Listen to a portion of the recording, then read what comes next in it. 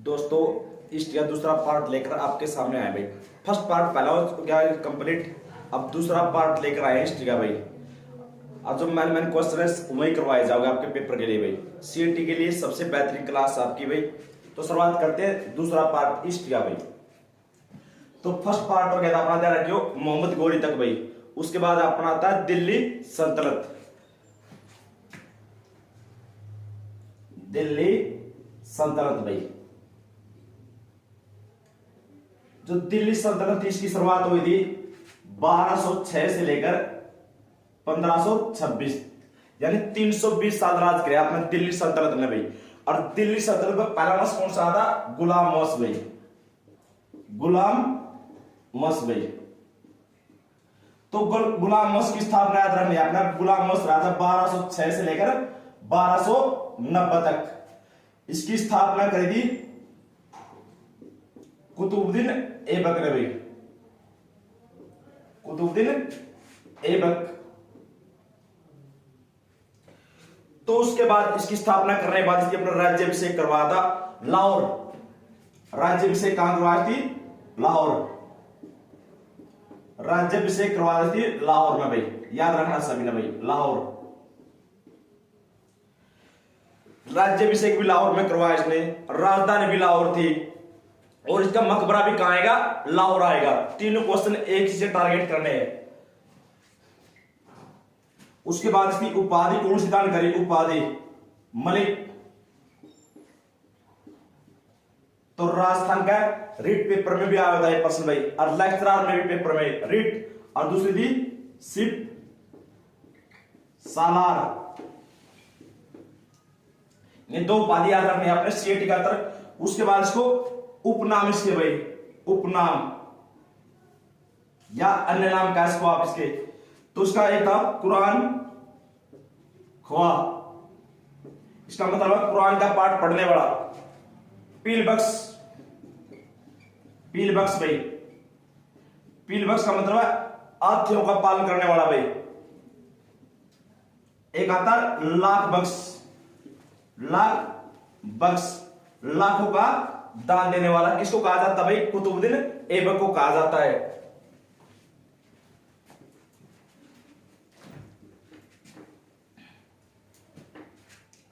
तो अजमेर में इसने 2.5 दिन का झोपड़ा बनाया था, 2.5 दिन का झोपड़ा। तो ये अजमेर में भैया रखियो 2.5 दिन में बनकर तैयार हो गया था। ये 2.5 दिन में बनकर तैयार हो गया था, और 2.5 दिन का ही मेला लगता है, याद रखना इस बात को।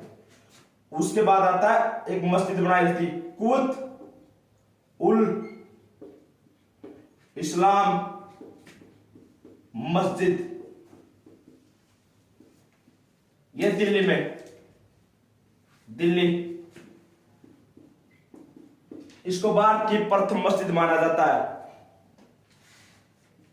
इसके बाद करना आपने इल्तुतमिश के भाई, इल्तुतमिश गुलाम वंश में, इल्तुतमिश, इल्तुतमिश। इल्तुतमिश का शासनकाल भी याद रखना आपने 1210 से 1232, सॉरी 1236 आएगा। तो सबसे बेस्ट आती इक्ता प्रणाली किसने चलाई? इक्ता प्रणाली, इक्ता प्रणाली, इक्ता प्रणाली चलाई थी इल्तुतमिश ने। और कई बार प्रश्न पूछा जाता है इक्ता प्रणाली का अर्थ क्या होता है भाई? भूमि का टुकड़ा होता है। चांदी का टका, चांदी का टका, और तांबे का जित्र का सिक्का चला इसने भाई। इन दोनों से एक क्वेश्चन आता है बार बार भाई, चांदी का टका और तांबे का जित्र का सिक्का चला था इसने। तुर्कन ए चैलगानी, चैलगानी, तुर्कन ए चैलगानी का गठन किया था इसने। इसको बोलते हैं चालीसा संगठन, चालीसा यानी 40 सरदारों का संगठन भाई। और बाद में इनका दमन किसने किया था? बलवन ने दमन किया था इसका।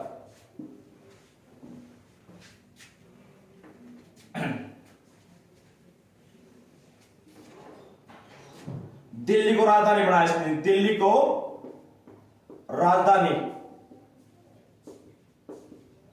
पहली राजधानी कौन सी थी दिल्ली की या दिल्ली सल्तनत की, तो लाहौर आएगी। तो दूसरी राजधानी यानी दिल्ली को राजधानी किसने बनाया था, इल्तुतमिश ने राजधानी बनाया था इसको भाई।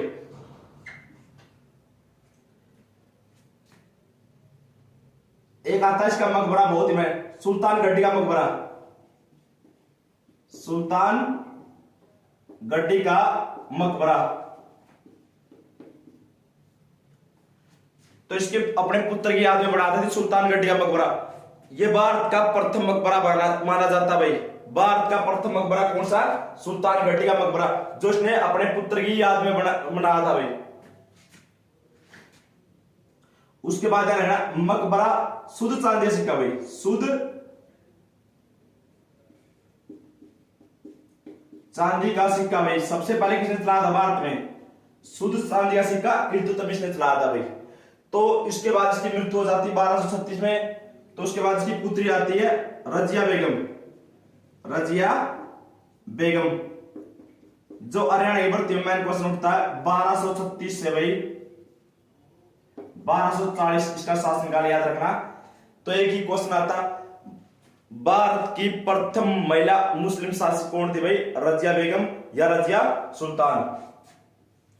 तो इसका विवाह किसके साथ हुआ था, विवाह अल-तुनिया के साथ, अल-तुनिया के साथ भाई। कहां का सूबेदार था ये, बठिंडे का सूबेदार था। बाद में इन दोनों की हत्या कर देते भाई बैराम शाह के इशारों पर। तो इनकी हत्या हमेशा पेपर में हत्या कब हुई भाई, तो ध्यान रखना 13 अक्टूबर भाई 1240 में इनकी हत्या हो जाती है कैथल के पास भाई। तो इसका मकबरा की थोड़ा पेपर में दो, मकबरा भी कैथल में आएगा, ध्यान रखना रजिया बेगम या रजिया सुल्तान का मकबरा भाई। दोनों की हत्या भाई यानी अल-तुनिया और रजिया बेगम यानी रजिया सुल्तान की दोनों की हत्या, और उसका मकबरा कहां भाई, कैथल में है। दो ही क्वेश्चन याद रखने हैं रजिया बेगम के, किसके साथ इसका विवाह था और भारत की प्रथम महिला मुस्लिम और अंतिम शासक भाई।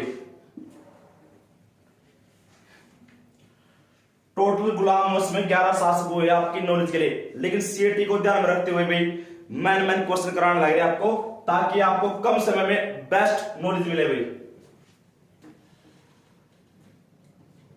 उसके बाद करो भाई बलवन सीधा भाई, बलवन। तो बलवन का याद रखना था मैं, इल-बरी तुर्क जाति का था, ध्यान रखो इस बात को भाई, इल-बरी तुर्क जाति का। तो बलवन से ही क्वेश्चन पक्का मिलता भाई सीएटी में भी, और जिससे पहले भी मिली थी जितनी भर्ती हुई, तो बलवन से ही क्वेश्चन पक्का मिलेगा। तो बलवन का टॉपिक ध्यान से करना, इल-बरी तुर्क जाति का था, याद रखना इस बात का। तो राजगद्दी पर किस नाम से बैठा, राजगद्दी पर ग्यासुद्दीन बलवन के नाम से बैठा था, ग्यासुद्दीन, ग्यासुद्दीन बलवन के नाम से भाई। उसके बाद तुर्कन ए चहलगानी, जिसकी स्थापना किसने करी थी, इल्तुतमिश ने की थी। तो तुर्कन ए चहलगानी का जो संगठन था, इसको समाप्त किसने किया, इन सभी की हत्या किसने की, तो इन सभी की हत्या की थी बलवन ने भाई, याद रखना इस बात का, हत्या किसने की, बलवन ने की थी। और उसके बाद एक प्रश्न बहुत ही मान रखना है, इसकी उपाधि आती है, बलवन की उपाधि, ये बार बार मिलती है, जिल ए इलाई, जिल ए इलाई, याद रखोगे बहुत ही मैन क्वेश्चन है, जिल ए इलाई। या इसका दूसरा ब्रैकेट में नाम लिखता हूं, ईश्वर का प्रतिबिंब। तो इसके बाद चलो जिल ए इलाई पूछेंगे, ध्यान रखियो, या ईश्वर का प्रतिबिंब, या उपाधि बार बार पूछी जाती बलवन की, याद रखोगे। उसके बाद अपने दुश्मनों को कुचलने के लिए इसने एक नीति पढ़ाई थी, लो तथा रक्त की नीति भाई, लो तथा रक्त की नीति। तो यह नीति पढ़ाई थी अपने दुश्मनों को कुचलने के लिए। इसका मतलब है खून का बदला खून भाई, खून का बदला खून। एक इसकी प्रथा चलाई थी अपनी, सिजदा तथा पाबोस भाई। तो ये बार बार प्रश्न आते, लो तथा रक्त की नीति और सिजदा तथा पाबोस, सिजदा मतलब है राजा को सिर झुकाकर प्रणाम करना। अब पापोस का मतलब है घुटने टेक कर राजा को प्रणाम करना। उसके बाद एक त्योहार की शुरुआत करी जिसने नौरोज उत्सव। नौरोज उत्सव की शुरुआत कर दी। ये ईरानियों का त्योहार था। नए साल के उत्सव पर बनाया जाता भाई। पेपर में तीनों क्वेश्चन में से एक 4 क्वेश्चन बहुत ही मेहनत के जिल ए इलाई, नवरोज उत्सव, सिद्धांत तथा पापोस प्रथा और लो तथा रक्त की नीति। इन चारों से एक क्वेश्चन जरूर मिलेगा आपको सीएटी कोड में, कोई कोड में, एक कोड में पक्का मिलेगा।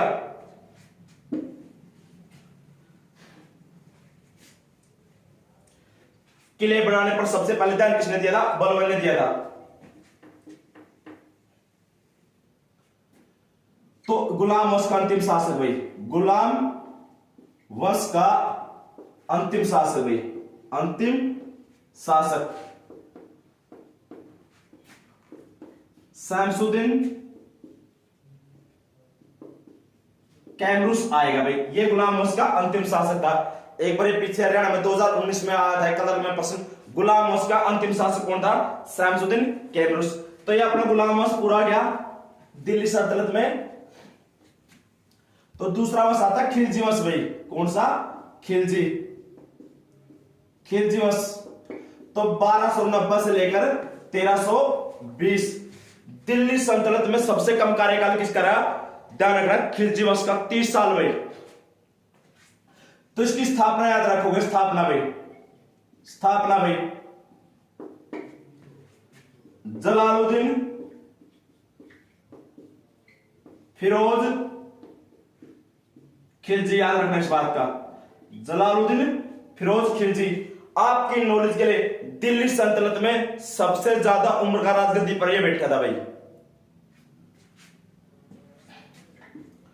इसके बाद शासक आता अलाउद्दीन खिलजी भाई। अलाउद्दीन खिलजी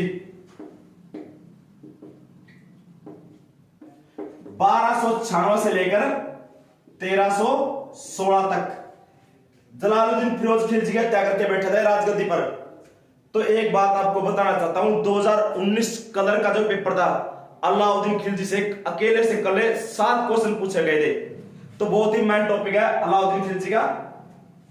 एक तो याद रखो, उसको द्वितीय सिकंदर कहा जाता है, भारत का द्वितीय सिकंदर भाई। द्वितीय सिकंदर किसको कहा जाता है? अलाउद्दीन खिलजी को। लेकिन कई बार इसका घुमा कर प्रश्न पूछ लेते भाई, ताकि साइकोलॉजिकल बच्चों को कंफ्यूज किया जा सके।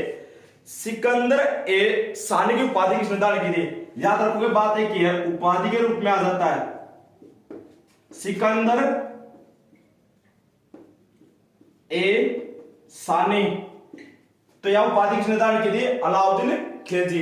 चाप के पेपर में सिकंदर ए सानी आए, जब भारत का द्वितीय सिकंदर किसको कहा जाता है? अलाउद्दीन खिलजी को। लेकिन एक बात और ध्यान रखोगे, दक्षिण भारत पर पहला आक्रमण किसने किया था? अलाउद्दीन खिलजी ने किया था।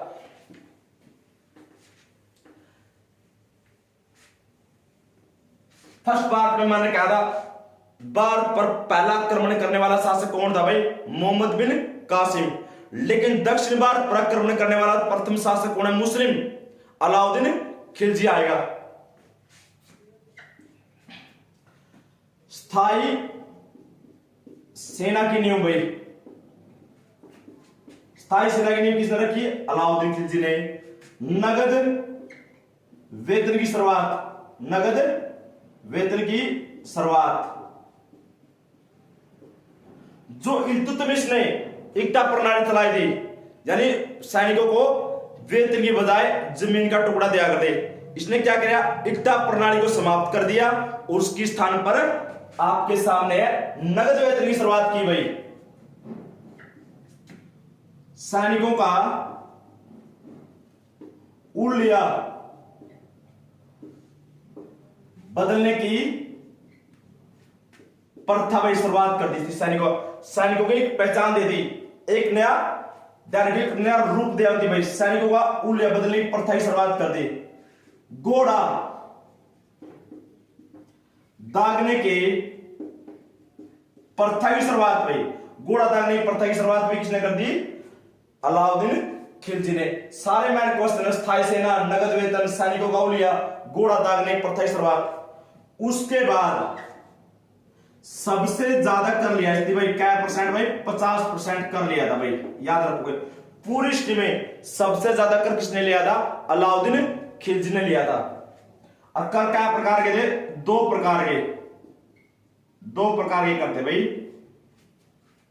एक था गड्डी कर जो चौपड़ी बना क्या करता गड्डी कर, और दूसरा था सराई कर भाई, सराई कर। यानी देखो आप 50% भाई, यानी आप सोचिए अगर खेत में उसमें 10 से 11 मिनट गेहूं आकर दी तो आधी यानी 50% तो कहां चले जाकर दे? अलाउद्दीन खिलजी के पास। इस कारण तो कहते हैं भाई सबसे बड़ा साम्राज्यवादी कौन है भाई? अलाउद्दीन खिलजी हुआ भाई। सराय कर जो दुधारू पशु थे भाई, जो दूध दिया करते उसके ऊपर लगाया करता, और गड्डी कर किस पर? झोपड़ियों पर, यानी मकान बनाया करते उसके ऊपर लगाया जा करता। उसके बाद इसकी इमारतें करोगे,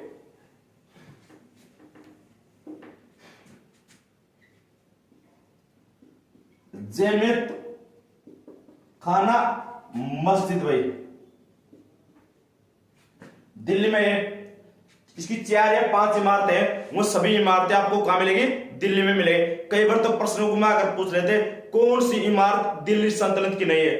एक इमारत इसमें मुगल वंश की डाल देंगे, 3 इमारतें दिल्ली सल्तनत की मिलेगी। तो ध्यान से करना पेपर में, जैमियत खाना मस्जिद, सीरी का किला भाई, सीरी का किला।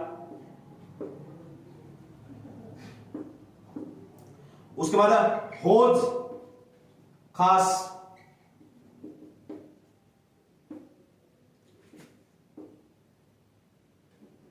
हौज खास, सीरी का किला भाई, अजार, खंबा, महल भाई। तो ये इसकी मान इमारतें याद रखोगे भाई सारी की सारी। चारों इमारतें इसकी सबसे बेस्ट है, और चारों इमारतें इसकी कहां भाई? दिल्ली में भाई। और एक 5वीं और कर लो भाई, अल्लाही दरवाजा भाई, अल्लाही दरवाजा। इसको ताजमहल से भी सुंदर इसकी तुलना की जाती, ताजमहल से भी सुंदर माना जाता अल्लाही दरवाजा को भाई। आपकी नॉलेज के लिए बताना चाहूंगा मैं, जो बुलंद दरवाजा था, बुलंद दरवाजा वो अकबर ने बनाया था फतेहपुर सुकरी में गुजरात विजय के दौरान। और यहां ध्यान रखो, गलत मत होना चाहिए आपका। अल्लाही दरवाजा किसने बनाया भाई? अलाउद्दीन खिलजी ने। देखो कितने बड़े सारे बेस्ट क्वेश्चन आपके। 5 इमारतें दिल्ली में है, और 5 की 5 इमारतें अलाउद्दीन खिलजी ने। तो अलाउद्दीन खिलजी की मृत्यु हो गई थी 1316 में। इसकी मृत्यु आती है पेपर में, तो मृत्यु कब हुई है? 1316 में भाई।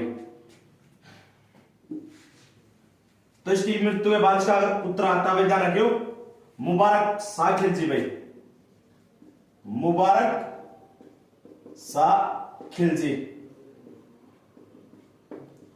1316 था 1320। सन मत करो इसके याद भाई। एक सबसे टॉप क्वेश्चन आता है इसका, दिल्ली सल्तनत में रंगीला बादशाह किसको कहा जाता है? तो रंगीला बादशाह इसको कहा जाता है दिल्ली सल्तनत में भाई। और ध्यान रखोगे मोहम्मद शाह जो मुगल वंश में था उसको भी रंगीला बादशाह कहा जाता है, लेकिन प्रश्न में फर्क समझने की कोशिश करो। दिल्ली सल्तनत में रंगीला बादशाह कहा जाता है इसको भाई, रंगीला बादशाह। दिल्ली सल्तनत की बात क्या है इसको ध्यान रखियो। और वो किसको कहा जाता है? रंगीला बादशाह मोहम्मद शाह, जो आप मुगल वंश में करेंगे। एक आपने पढ़ा भी होगा इसका भाई, बरनी के अनुसार करोगे कौन सा सुल्तान या कौन सा मुगल बादशाह कई बार दरबार में नंगन अवस्था में आता था। यह आता था भाई दरबार में नंगन अवस्था में, याद रखियो, नंगन अवस्था में आता था भाई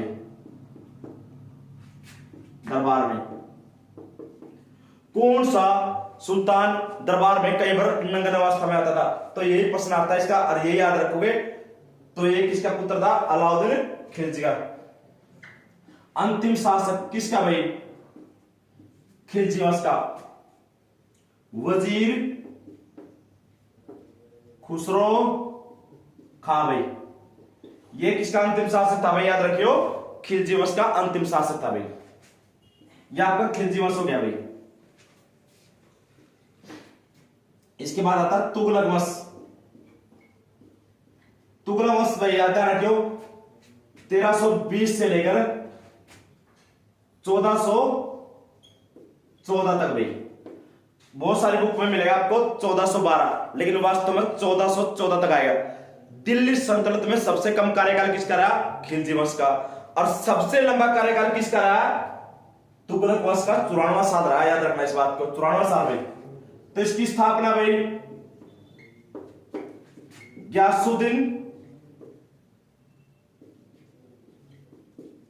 ग्यासुद्दीन तुगलक ने की थी। याद रखना इस बात को, ग्यासुद्दीन तुगलक ने भाई। तो आपकी नॉलेज इसका शासनकाल लिख देते हैं 1320 से लेकर 1325। एक क्वेश्चन याद रखना भाई, नहरों पर सिंचाई कर लगाने वाला प्रथम शासक था ये दिल्ली सल्तनत का भाई। नहरों पर सिंचाई कर लगाने वाला प्रथम शासक था ये। नहरों पर सिंचाई करने वाला। और निजामुद्दीन औलिया ने इसके बारे में एक पंक्ति कही थी, दिल्ली अभी दूर है भाई। याद रखना इस बात का, किसने कह दिया? निजामुद्दीन औलिया, एक महान संत है भाई, निजामुद्दीन औलिया भाई। दिल्ली में जो रेलवे स्टेशन है भाई, इसी का नाम है निजामुद्दीन औलिया। आप इसकी प्रसिद्धि देख सको, या इतने फेमस थे आप सोच भी नहीं सकते भाई। अलाउद्दीन खिलजी ने इनसे मिलने का फरियाद करी थी भाई। तो इसने एक बात कह दी, मेरे घर में 2 दरवाजे हैं, मेरे घर में 2 दरवाजे हैं, अगर आप एक से प्रवेश करोगे मैं दूसरे से बाहर बिक जाऊंगा भाई। तो देख लो इतने महान संत है भाई। कोई रात पैट महल की जरूरत नहीं थी, सिर्फ भगवान यानी अल्लाह की भक्ति में लीन रहते थे निजामुद्दीन औलिया ने। तो निजामुद्दीन औलिया ने कहा था भाई, कहा था किसके बारे में? ग्यासुद्दीन तुगलक के बारे में। दिल्ली हनूज दूर हस्त, दिल्ली हनूज दूर हस्त कहीं पर इस टाइप में लिखा आएगा। इसका मतलब है दिल्ली अभी दूर है। अरे एक दिन शहर बस आता भाई तुगलकाबाद शहर, ग्यासुद्दीन तुगलक ने। और कुछ नहीं, 1325 में इसकी मृत्यु हो जाती है, ठट्टा जाते इसमें भाई। सॉरी चाहूंगा, अफगानपुर गांव में भाई, अफगानपुर गांव में इसकी 1325 में मृत्यु हो जाती है। तो इसकी मृत्यु के बाद जो अगला शासक आता है इसमें मोहम्मद बिन तुगलक भाई। तो अगला शासक आएगा अपना मोहम्मद बिन तुगलक। जो मोहम्मद बिन तुगलक थे 1325 से 1351 आएगा इसका शासनकाल। तो इसका बचपन का नाम भाई, बचपन का नाम, तो बचपन का नाम था इसका जूना खां भाई, जूना खां। याद रखोगे सारे के सारे भाई, जूना खां भाई। मैं आपके नॉलेज के लिए बताना चाहूंगा, ये जो मुस्लिम शासक है अपना नाम पीछे खां क्यों लगा कर दे? खां का मतलब होता है सम्राट, खां का मतलब होता है सम्राट। तो याद रखना है, तो अफ्रीकी यात्री आया था भाई, आपकी हरियाणा के लिए सबसे बेस्ट है भाई, अफ्रीकी यात्री। और अफ्रीका में कहां का था? मोरक्को। उसका नाम था इबन बतूता। कौन था? Ibn Battuta. इसका दरबार में भाई, और इसने एक पुस्तक लिखी थी, बहुत ही मैंने भाई आपकी सीएटी के लेवल के लिए। उसका नाम है सफरनामा, सफरनामा। और इसका दूसरा नाम है रेहल्ला, जो अरबी भाषा में दिया। देख लो, एक ऐसा टॉपिक याद रखो, जो विदेशी यात्री थे मैन आपको याद रखने भाई। जैसे आपको पता है मैक्सथिनीज किसका दरबार में आया था? चंद्रगुप्त मौर्य के दरबार में, उसने इंडिया पुस्तक लिखी थी। डायमेट्स आया था बिंदुसार के समय भाई। हर्षवर्धन समय कौन सा आता भाई, एन सांग आता भाई। फायान चंद्रगुप्त द्वितीय दरबार में आता भाई।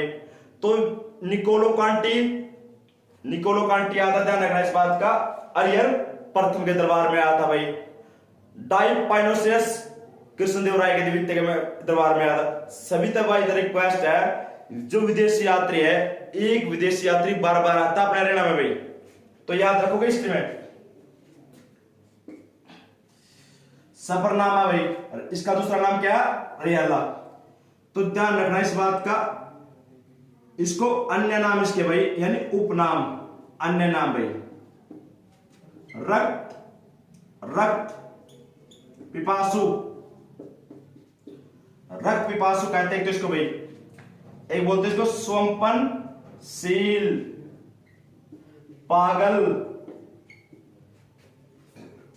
इसके अन्य नाम याद रखने सभी भाई ने भाई, कई बार पेपर में आ जाते हैं, लेकिन सही तो मैच का एक आता है जूना खां भाई, बस प्रंगा नाम।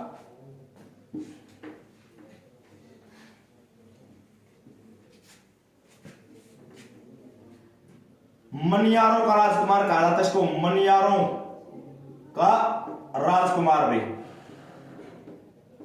मनियारों मतलब होता है चूड़ियों का राजकुमार, याद रखना, मनियारों का मतलब होता है चूड़ियों का राजकुमार। और दिल्ली सल्तनत में सबसे ज्यादा प्रांत किसके पास थे, इसके पास थे, लेकिन सबसे बड़ा साम्राज्यवादी कौन है, अलाउद्दीन खिलजी, लेकिन सबसे ज्यादा प्रांत इसके पास थे भाई। तो ये आपके रहना था सबसे बेस्ट क्वेश्चन। इसके बाद कौन सा था, फिरोज शाह तुगलक भाई। इसका 1351 से लेकर 1388 सबसे टॉप क्वेश्चन आता है इसका भाई, आपको पता कितने शहर बसाए थी, 300 शहर भाई, यानी 300 नगर बसाए थी भाई। और सबसे प्रमुख अपने जो हरियाणा का भाई, तो अपना हिसार जो 1354 में बसा दी, फतेहाबाद,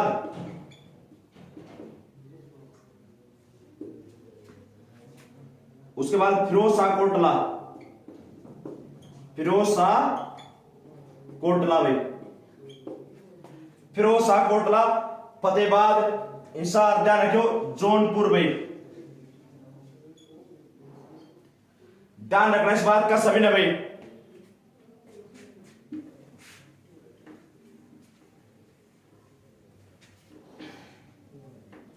गुलाम रखने का शौकीन कौन था, सबसे ज्यादा गुलाम थे, सबसे ज्यादा गुलाम थे इसके पास में, कितने थे, 1,80,000 थे, याद रखना सभी ने भाई, 1,80,000 गुलाम थे, सबसे ज्यादा गुलाम थे इसके पास 1,80,000। कई बार प्रश्न को घुमाया पूछा, गुलाम रखने का शासक कौन सा था, फिरोज शाह तुगलक। उसके बाद दिल्ली में इसके 2 अभिलेख स्थापित कर दिए, दिल्ली में 2 स्तंभ लेख हुए, दिल्ली में 2 स्तंभ लेख स्थापित कर दे। एक तो टोपरा भाई, टोपरा, अरे क्या मेरठ। टोपरा आपको पता है यमुनानगर से स्थापित किया था, और मेरठ है यूपी में। ये प्रश्न बार बार आता भाई, टोपरा और मेरठ दोनों अभिलेख किसने स्थापित किए थे, फिरोज शाह तुगलक ने। उसके बाद आकाशीय बिजली से ध्वस्त होगी थी अपने कुतुब मीनार भाई, आकाशीय बिजली से ध्वस्त होगी थी।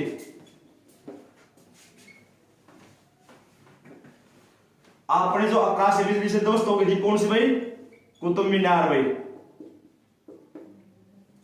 देखो कुतुब मीनार की नींव रखी थी कुतुबुद्दीन ऐबक ने, उसको पूरा करवा था इल्तुतमिश ने, लेकिन आकाशीय बिजली से ध्वस्त हो गई थी कौन सी, कुतुब मीनार। लेकिन आकाशीय बिजली से ध्वस्त हो गई थी कुतुब मीनार, तो इसकी मरम्मत किसने करवाई थी, मरम्मत तो इसकी मरम्मत कराई थी, ध्यान रखना, फिरोज शाह तुगलक ने। सबसे टॉप क्वेश्चन आता है बार बार इसका विभक्ति में अपना रेड़ा में।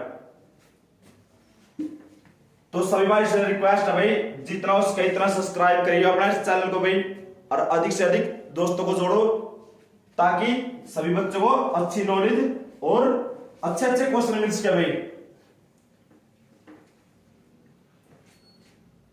तो अंतिम शासन लिखोगे भाई किसका, तुगलक वंश का भाई अंतिम शासक भाई, अंतिम शासक भाई नासिरुद्दीन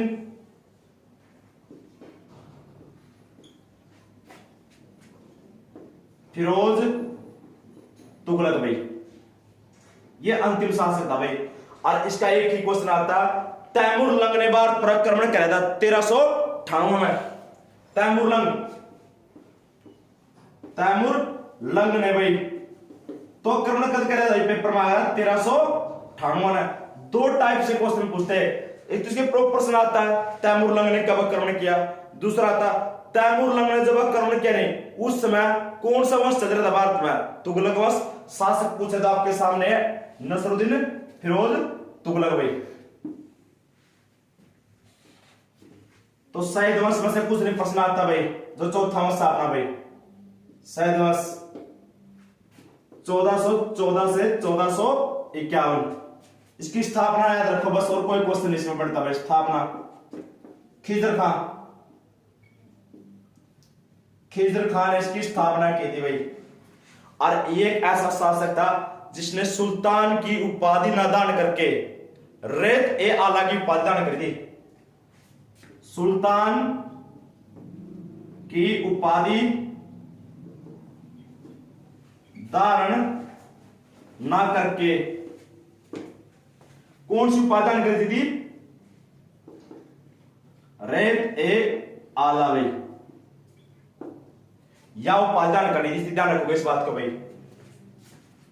तो इस वंश का सबसे महान शासक भाई, महान शासक था मुबारक शाह भाई, मुबारक शाह। और इसका दरबार में एक इतिहासकार था, उस इतिहासकार का नाम याद रखना याह्या बिन अहमद, याह्या बिन अहमद भाई सरीदी। याह्या बिन अहमद सरीदी, इसने एक पुस्तक भी लिखी थी तारिक ए मुबारक शाही। और कोई क्वेश्चन याद करने की जरूरत नहीं, इसमें दो ही क्वेश्चन उठाओ खासकर, एक तो स्थापना याद रखो, एक है याह्या बिन अहमद सरीदी। इसकी पुस्तक कौन सी थी, इसकी पुस्तक भाई पुस्तक तारिक ए मुबारक शाही, याद इसकी पुस्तक भाई। और इस वर्ष का अंतिम शासक कौन हुआ, अलाउद्दीन आलम शाह भाई, अंतिम शासक, अंतिम शासक भाई अलाउद्दीन आलम शाह, ये इसका अंतिम शासक था, याद रखना भाई। तो अपना पांचवा वंश आ गया दिल्ली सल्तनत का, यानी अंतिम भाई लोधी वंश।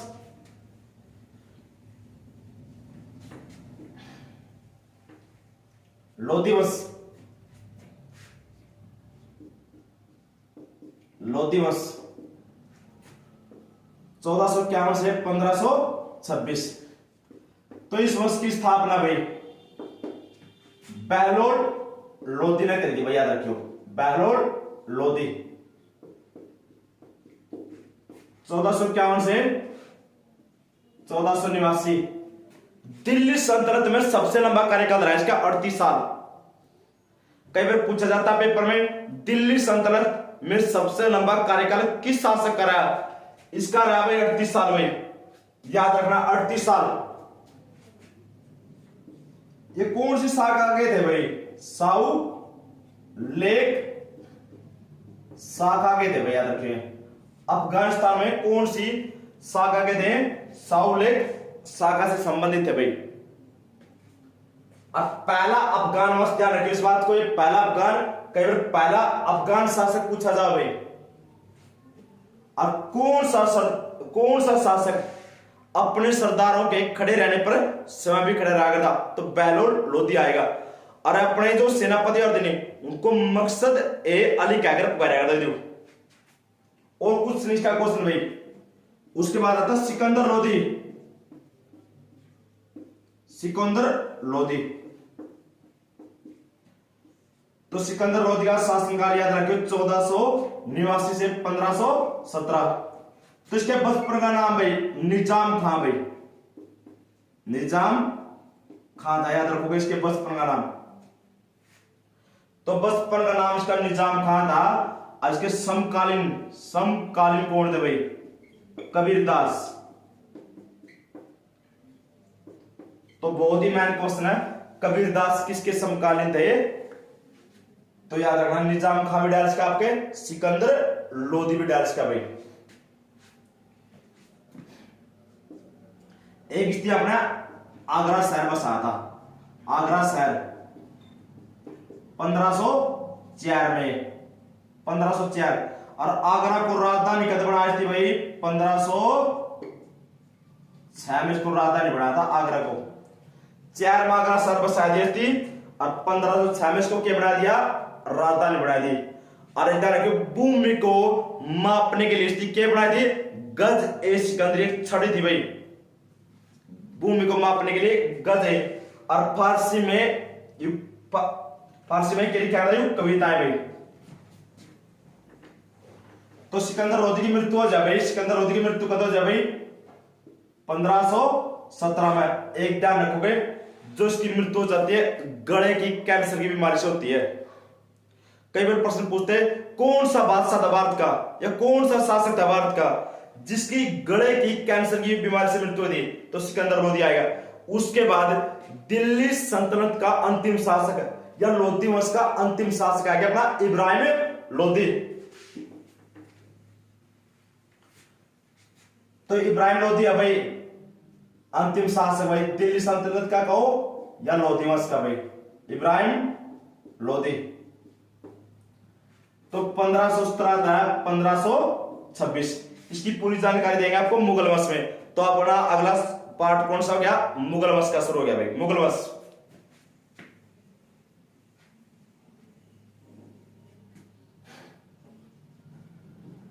मुगल वंश। तो मुगल वंश की स्थापना किसने की थी? बाबर ने।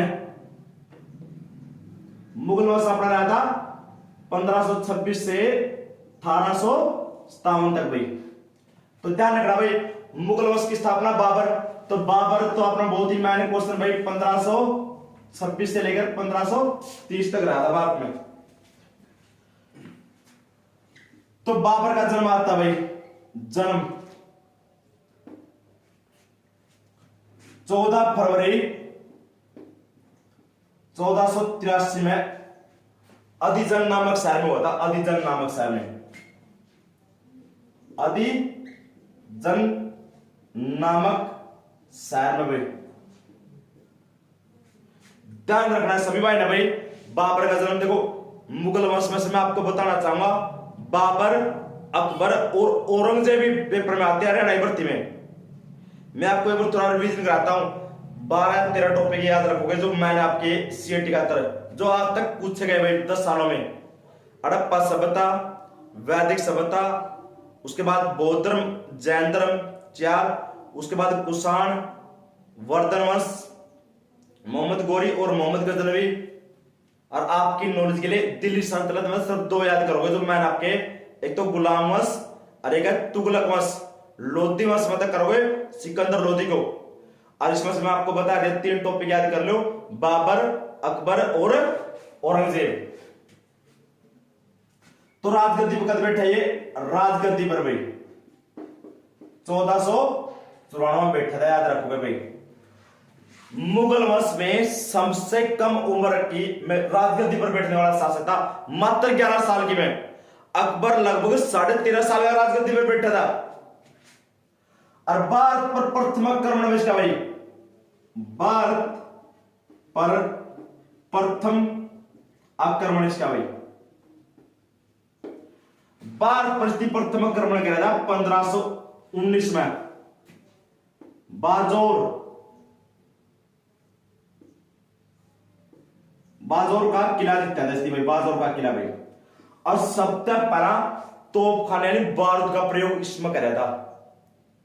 बहुत सारे बच्चे बारूद यानी तोपखाने का प्रयोग सबसे पहले यहां किया जाती। अगर ऑप्शन में 1519 ना हो फिर आप 1526 यानी पानीपत का प्रथम युद्ध करोगे। तो ध्यान इसके युद्ध याद रखोगे, पेपर में युद्ध आते पानीपत का प्रथम युद्ध भाई, प्रथम युद्ध 21 अप्रैल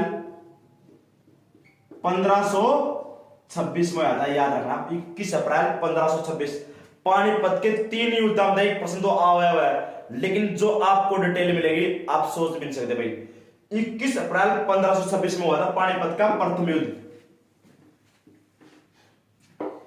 तो सभी को पता है इब्राहिम लोदी और किसके बीच में था, यू बाबर का बीच में आता भाई, याद रखो बाबर का बीच में। तो बाबर की जीत का जो सबसे बड़ा श्रेय जाता है उसके 2 निशानेबाज, यानी 2 तोपची भाई, 2 तोपची वो याद रखो, 2 तोपची। कौन थे उसके 2 तोपची भाई, उस्ताद अली और दूसरा था मुस्तफा, याद रखोगे। ये पेपर में पूछे जाते हैं इसके, ये 2 क्या थे, निशानेबाज, तलवारबाज, तोपची। तो आपके सामने क्या है, तोपची थे भाई 2 इसके। सबसे बड़ी भूमिका इन्होंने निभाई है पानीपत के प्रथम युद्ध में। एक प्रश्न आता, मध्यकालीन भारत का कौन सा शासक युद्ध क्षेत्र में वीरगति को प्राप्त हुआ था, तो इब्राहिम लोदी आएगा भाई। मध्यकालीन भारत में युद्ध क्षेत्र में वीरगति को प्राप्त कौन आया था, इब्राहिम लोदी आया था, याद रखना इस बात का भाई। उसके बाद बहुत ही बेस्ट क्वेश्चन आएगा आपका भाई, तो इस युद्ध को नंगी आंखों से किसने देखा था, पंडित काशीराज ने देखा था। पानीपत के प्रथम युद्ध को नंगी आंखों से किसने देखा था भाई, पंडित काशी राज ने देखा था, याद रखना है प्रश्न भाई। पंडित काशीराज ने पानीपत के प्रथम युद्ध को नंगी आंखों से देखा था भाई। और इस युद्ध में बाबर ने इस युद्ध के बाद कौन सी उपाधि दान करी थी भाई, कलंदर। तो बाबर ने कौन सी उपाधि दान कर दी भाई, कलंदर की उपाधि दान कर दी। कलंदर का मतलब होता है मान विजेता, मान योद्धा। तो याद रखना मान योद्धा या मान विजेता। और इस युद्ध के बाद उन्हें बाबर ने काबुल के प्रत्येक घर में भाई एक चांदी का सिक्का बैठा था, याद रखना सभी ने। या कई बार प्रश्न पूछते हैं आपको साइकोलॉजिकल, किस युद्ध के बाद बाबर ने अपने सगे संबंधी को लिए खजाने का मुंह खोल दिया था, तो पानीपत के प्रथम युद्ध के बाद खोला था अपने सगे अपने सगे संबंधी को लिए खजाने का मुंह भाई। तो किस युद्ध के बाद खोला था, का पानीपत के प्रथम युद्ध के बाद। या प्रत्येक घर में चांदी का सिक्का आवंटित किया था भाई, और उसका नाम क्या था भाई, शाहरुख। तो प्रश्न पूछ लेते हैं, वो जो चांदी का सिक्का बैठा नहीं उसका नाम क्या था भाई, शाहरुख था, याद रखना सभी ने। देखो बहुत किसने नंगी आंखों से देखा, पंडित काशीराज ने भाई। 2 तोपची कौन थे उसके, उस्ताद अली। उपाधि कौन सी दान करी थी, कलंदर की। और कलंदर का मतलब क्या होता है, मान विजेता। काबुल के प्रत्येक घर में चांदी का सिक्का बैठा था, उसका नाम पूछा था शाहरुख। तो इतनी जानकारी याद रखनी है अपना पानीपत के युद्ध में भाई। उसके बाद 2 बातें और याद रखो उसकी, तुगलामा नीति पढ़ाई थी भाई, तुगलामा नीति। तुगलामा नीति में क्या था, 5 फुट के गड्ढे खोद दिए थे, याद रखना सभी भाई ने। 5 फुट के गड्ढे खोद दिए थे ताकि इब्राहिम लोदी की सेना बाबर की तरफ नाश के भाई। और इस कारण ही इन 2 तोपचियां ने क्या गया, नरे बारूद के गोले कहां छोड़े, इब्राहिम लोदी की सेना में छोड़ दिए। जिसका हाथी बढ़ गया अपने, और हाथी ने इतनी तबाही मचा दी, तो बाबर के जो सॉरी इब्राहिम लोदी के सैनिक आधे तो मौत की घाट हाथियों के नीचे ही मारे गए थे। तुगलामा नीति, क्योंकि तो बाबर बार बार पहला रहा करता मध्य एशिया में, तो बाबर के प्रति भी यही रणनीति अपनाई गई थी। बाबर ने वहीं से उज्बेकिस्तानों से ही ग्रहण करी गई थी यह नीति।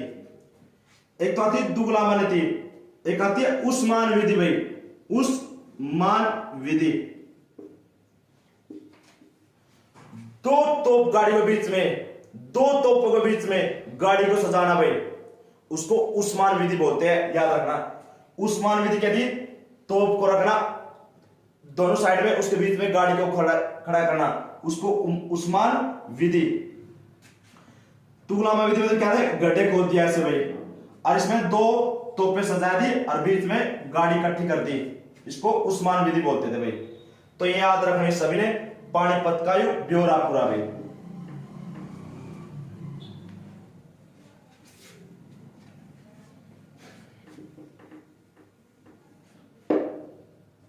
तो अगला युद्ध कौन सा आता है?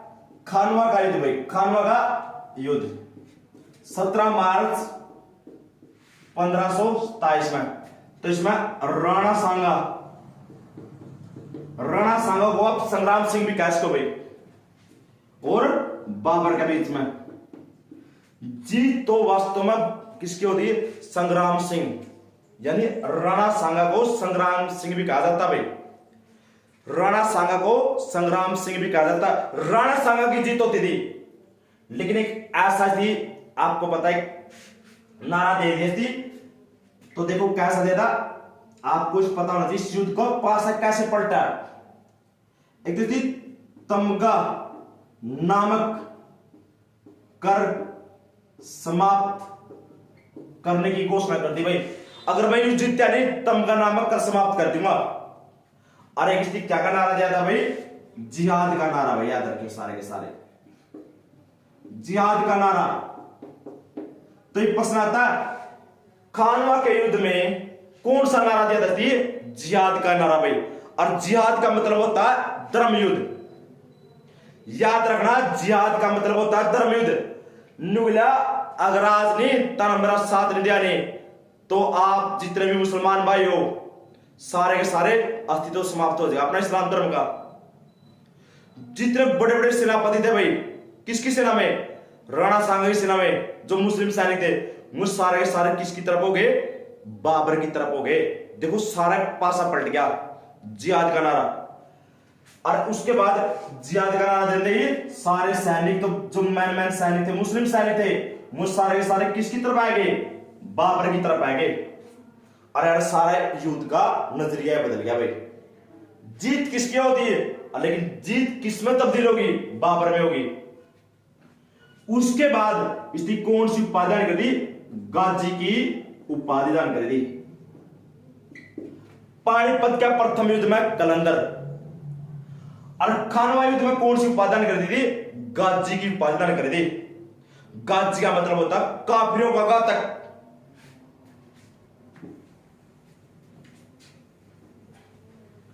तो इसके युद्ध के बाद आता चंदेरी का युद्ध भाई। कौन सा? चंदेरी का युद्ध। चंदेरी है मध्य प्रदेश में भाई, 1528 में होता है। मदेनी राय और बाबर के बीच में भाई। देखो सन सही बाबर के जो 4 युद्ध हो गए, 1526, 1527, 1528 और 1529। तो ये 1528 में मदेनी राय और बाबर। मदेनी राय मध्य प्रदेश का शासक है, दक्षिण भारत पर कब्जा करना चाहता बाबर भाई, लेकिन बीच में कौन था भाई? मदेनी राय अरोड़ा था बीच में, इसको हटाना जरूरी था। इसको हटाए बिना बाबर आगे नहीं बढ़ सका था भाई। तो इन दोनों बीच में युद्ध होया, मदेनी राय युद्ध छोड़कर बिक गया था। तो जीत किसकी? इसमें भी बाबर की। उसके बाद भाई अगला युद्ध आता है इसका बिहार में घाघरा का युद्ध भाई, 1529 में। इसका ध्यान रखिए 1529 किसके बीच में आता है? महमूद लोधी। महमूद लोधी। आपको जो बच्चे लूसेंट पढ़ते हो उनको अफगान मिलेगा भाई। ये इब्राहिम लोधी का भाई था। तो ये कौन थे? अफगान थे। आपके ब्रैकेट में अफगान भी लिख भाई, अफगान। प्रॉपर आपको शासकीय बता दिया भाई, अफगान। महमूद लोधी और बाबर के बीच में था भाई, याद रखियो। तो जीत इसमें भी किसकी होती? बाबर की। महमूद लोधी युद्ध छोड़कर बंगाल भाग गया था भाई। तो ये एक ऐसा युद्ध था, याद रखना सभी भाई ने, बाबर का, जो जल और थल दोनों पर लड़ा गया था। तो प्रश्न आता, बाबर का कौन सा युद्ध था जो जल और थल दोनों पर लड़ा गया था? तो ये लड़ा गया था भाई। लेकिन मैं आपके एक नॉलेज बताना चाहूंगा, बाबर तो भारत में रहना नहीं चाहता। बाबर तो बस भारत की संपत्ति को लूटना चाहता। तो भारत में उसकी रहने की इच्छा नहीं थी। तो बाबर की भारत में रहने की इच्छा जो बनी नहीं, किस युद्ध के बाद बनी है? तो याद रखना खानवा युद्ध के बाद बनी थी उसकी इच्छा भाई। तो बहुत ही डीपली क्वेश्चन है हिस्ट्री का, किस युद्ध के बाद भारत में रहने की इच्छा बनी थी? तो खानवा का युद्ध। देखो पेपर का समय है, नजदीक है, थोड़ी स्पीड से करा रहे हिस्ट्री। बाद में आपको सीईटी के बाद, इस सीईटी के बाद हर रोज रेगुलर क्लास दी जाओगी बहुत ज्यादा डीपली। और जितना उसके बच्चे इतना चैनल को सब्सक्राइब करे भाई, अपने मित्र को जोड़े, तो सभी का तहे दिल से धन्यवाद होगा भाई। तो उसके बाद बाबर की मृत्यु भाई, तो बाबर की मृत्यु 1530 में की थी भाई, याद रखियो। तो सबसे प्रिय स्थान कौन सा था इसका? काबुल था भाई। सबसे प्रिय स्थान कौन सा था इसका? काबुल। तो सर में जब इसकी मृत्यु हुई नहीं, इसको आगरा के आराम बाग में दफनाया गया था भाई, आराम बाग में भाई, आगरा के आराम बाग में दफनाया गया था, याद रखो इस बात को भाई। और बाद में इसको कहां दफनाया गया था? काबुल भाई। बाद में भाई कहां भाई? काबुल। यानी इसका मकबरा की तोड़ भाई, मकबरा भाई, इसका मकबरा काबुल भाई। सभी भाई रिक्वेस्ट है, याद रखोगे। तो इसका मकबरा कौन सा भाई? काबुल। क्योंकि शुरू से लेकर अंत समय तक इसका सबसे प्रिय स्थान था काबुल। और काबुल पर अधिकार करा था 1504 में, आपकी नॉलेज के लिए। देखो जितने भी पहला शासक ने 29 साल ने कौन सी उपाधि करी है? सुल्तान की। और इसकी उपाधि कर दी बादशाह की। भारत में सबसे पहले बादशाह की उपाधि यानी सुल्तान की उपाधि को किसने समाप्त किया था? किसने किया था सुल्तान की उपाधि को समाप्त भाई? याद रखना सभी ने, बाबर ने समाप्त किया था।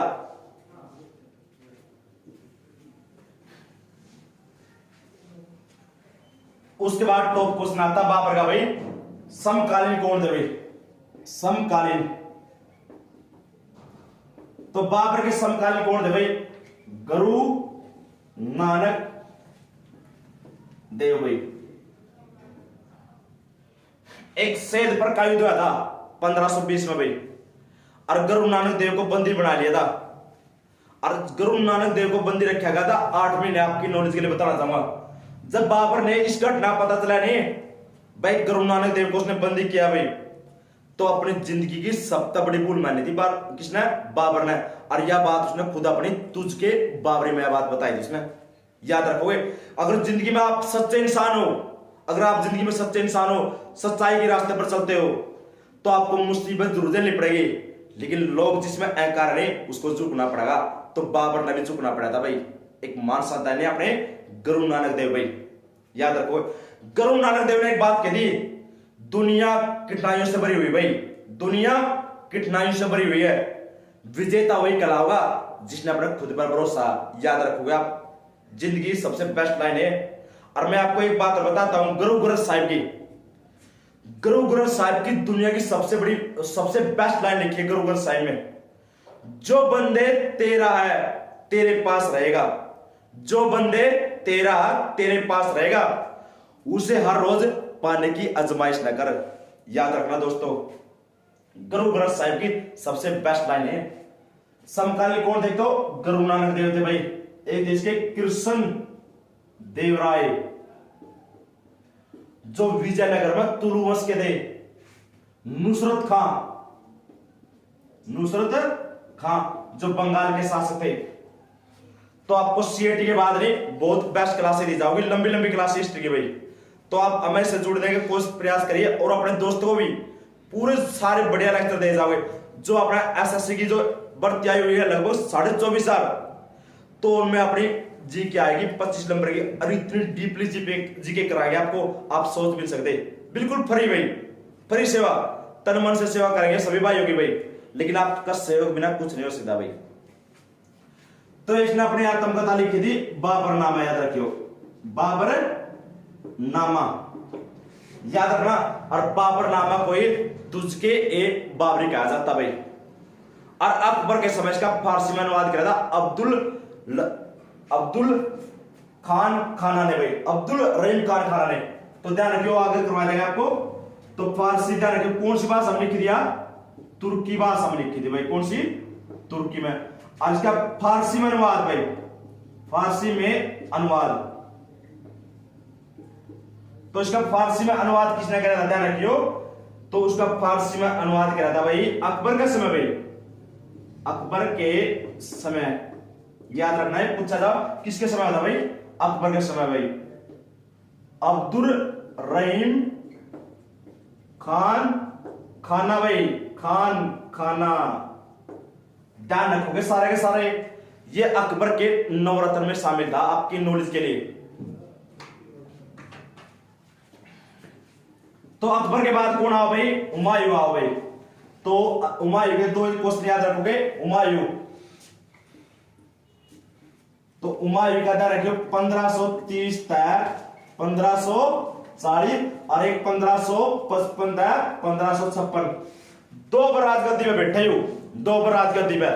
लेकिन आपके नॉलेज के लिए बताना चाहूंगा, दो बार राजगद्दी पर जरूर बैठा है, लेकिन राज्याभिषेक दो बार किसने करवाया था, अपना औरंगजेब ने करवाया था। ये डाउट ध्यान रखिए इस बात का भाई, दो बार राजगद्दी पर बैठा है, लेकिन दो बार राज्याभिषेक किसने करवाया था, औरंगजेब ने करवाया था। ये प्रश्न था, किस मुगल बादशाह ने दो बार राज्याभिषेक करवाया था, अपना औरंगजेब ने करवाया था। ये दो बार राजगद्दी पर बैठा है, लेकिन राज्याभिषेक एक के बार करवाया इसने अपना भी।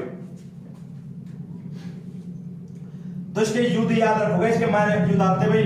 तो पहला कौन सा है, ध्यान रखियो, कनौज या बिलग्राम का युद्ध भाई, कनौज या बिलग्राम का युद्ध इसको बोलते हैं।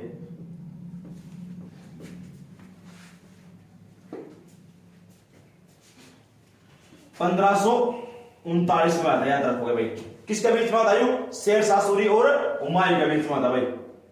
शेर खां कह लो या शेर शाह सूरी कह लो, बात एक के है, शेर खां या शेर शाह सूरी। तो हुमायूं के बीच में आता युद्ध। तो इस युद्ध में ध्यान रखियो, पलड़ा किसका भारी रहा था, यानी जीत किसकी हुई थी, किसकी जीत हुई थी, शेर शाह सूरी यानी शेर खां की जीत हुई थी।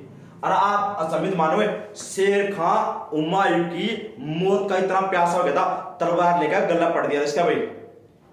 और आपके नॉलेज के लिए नहीं, हुमायूं ने अपनी जान बचाने के लिए नहीं, सुधा घोड़ा गंगा नदी में छलांग लगा दी थी।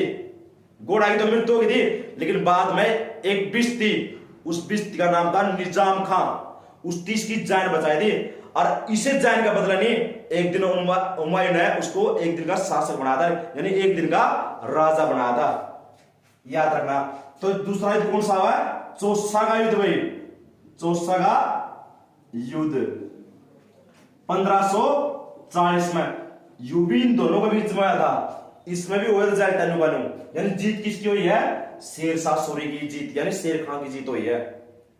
और इस जीत के बाद नहीं, यू कहां भी कहता, अफगान भी कहता भाई। तो एक बात कही थी शेर शाह सूरी ने पहला भी, जब अपना खानवा का युद्ध, अगर सुबह 11 साथ दिया नहीं, मेरा जिंदगी में कदे सुबह 11 साथ दिया तो मुगलों को मैं बाहर तबार खदेड़ दूंगा। लेकिन मुगलों को बाहर तबार भी खदेड़ा भाई, देख लो 15 साल बाद वापिस आया है, 40 में दबाया था, 15 साल बाद आया था, क्योंकि मृत्यु ली थी शेर शाह सूरी की पहले 1545 में। तो एक प्रश्न आता, चित्रकला की नींव किसके शासनकाल में रखी गई थी, चित्रकला की नींव भाई किसके समय रखी गई थी भाई, चित्रकला की नींव हुमायूं का समय। लेकिन चित्रकला का स्वर्णकाल किसके शासनकाल को कहा जा, फिर जहांगीर होगा भाई, आपका ध्यान रखिए इस बात को। उसके बाद भाई ज्योतिषी में विश्वास कौन करेगा करता, ज्योतिषी में विश्वास, यानी हर रोज अलग अलग नए रंग के कपड़े पहनना भाई, ज्योतिष में विश्वास करेगा था। और एक ध्यान रखियो, हुमायूं किसका शौकीन था, अफीम का शौकीन था भाई। किसका शौकीन था भाई, अफीम का भाई शौकीन। किसका शौकीन था भाई, अफीम का। लेकिन इसमें दो क्वेश्चन है जो डाउट के है, अगर आया नहीं पेपर में नशेड़ी कौन था तो जहांगीर होगा, लेकिन अफीम का शौकीन कौन था, फिर आपका सामने हुमायूं आएगा भाई। दोनों प्रश्न को ध्यान से, दोनों की स्टेटमेंट अलग अलग है। यू शौकीन था अफीम का, ओ के था नशेड़ी था।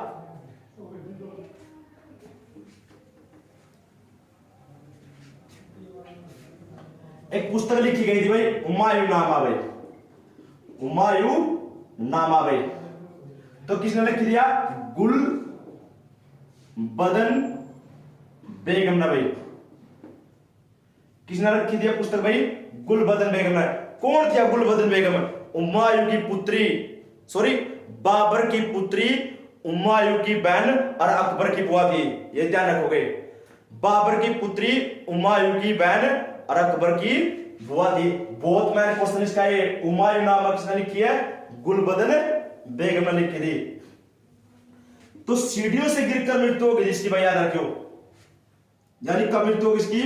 1556 में इसकी मृत्यु होगी भाई, किसकी? हुमायूं की। कैसे हुई थी?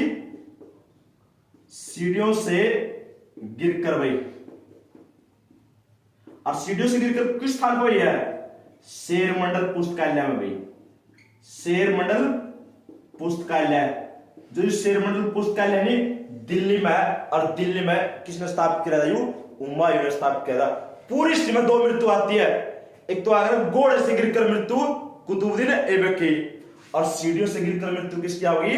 हुमायूं की। पूरी हिस्ट्री में 2 ही गिरकर आती मृत्यु, और दोनों ही आपने ध्यान से करने भाई, घोड़े से गिरकर कुतुबुद्दीन ऐबक और सीढ़ियों से गिरकर हुमायूं। तो हुमायूं के बाद कौन आ भाई? बीच में 5 साल तक आ जाए शेरशाह सूरी। तो ये वापस शेरशाह सूरी का बारे में पढ़ाएं, लेकिन आपकी नॉलेज के लिए एक मकबरा और कर देता हूं उसका, हुमायूं का मकबरा भाई। तो इसका हुमायूं का मकबरा दिल्ली में भाई, दिल्ली में। यह भारत का सबसे बड़ा मकबरा, और आपकी नॉलेज के लिए मुगल वंश के 9 शब्द अपना रखे इसमें भाई। जो 1857 क्रांति हुई थी, बहादुर शाह जफर द्वितीय को भी इसके मकबरे से गिरफ्तार किया गया था। भारत का सबसे बड़ा मकबरा कौन सा भाई? हुमायूं का मकबरा। तो अगला शासक कौन सा है अपना भाई? शेरशाह सूरी। इसको क्या कहा? शेर खां भाई। कौन सा वंश की स्थापना कर दी थी? सूरी वंश की स्थापना भाई।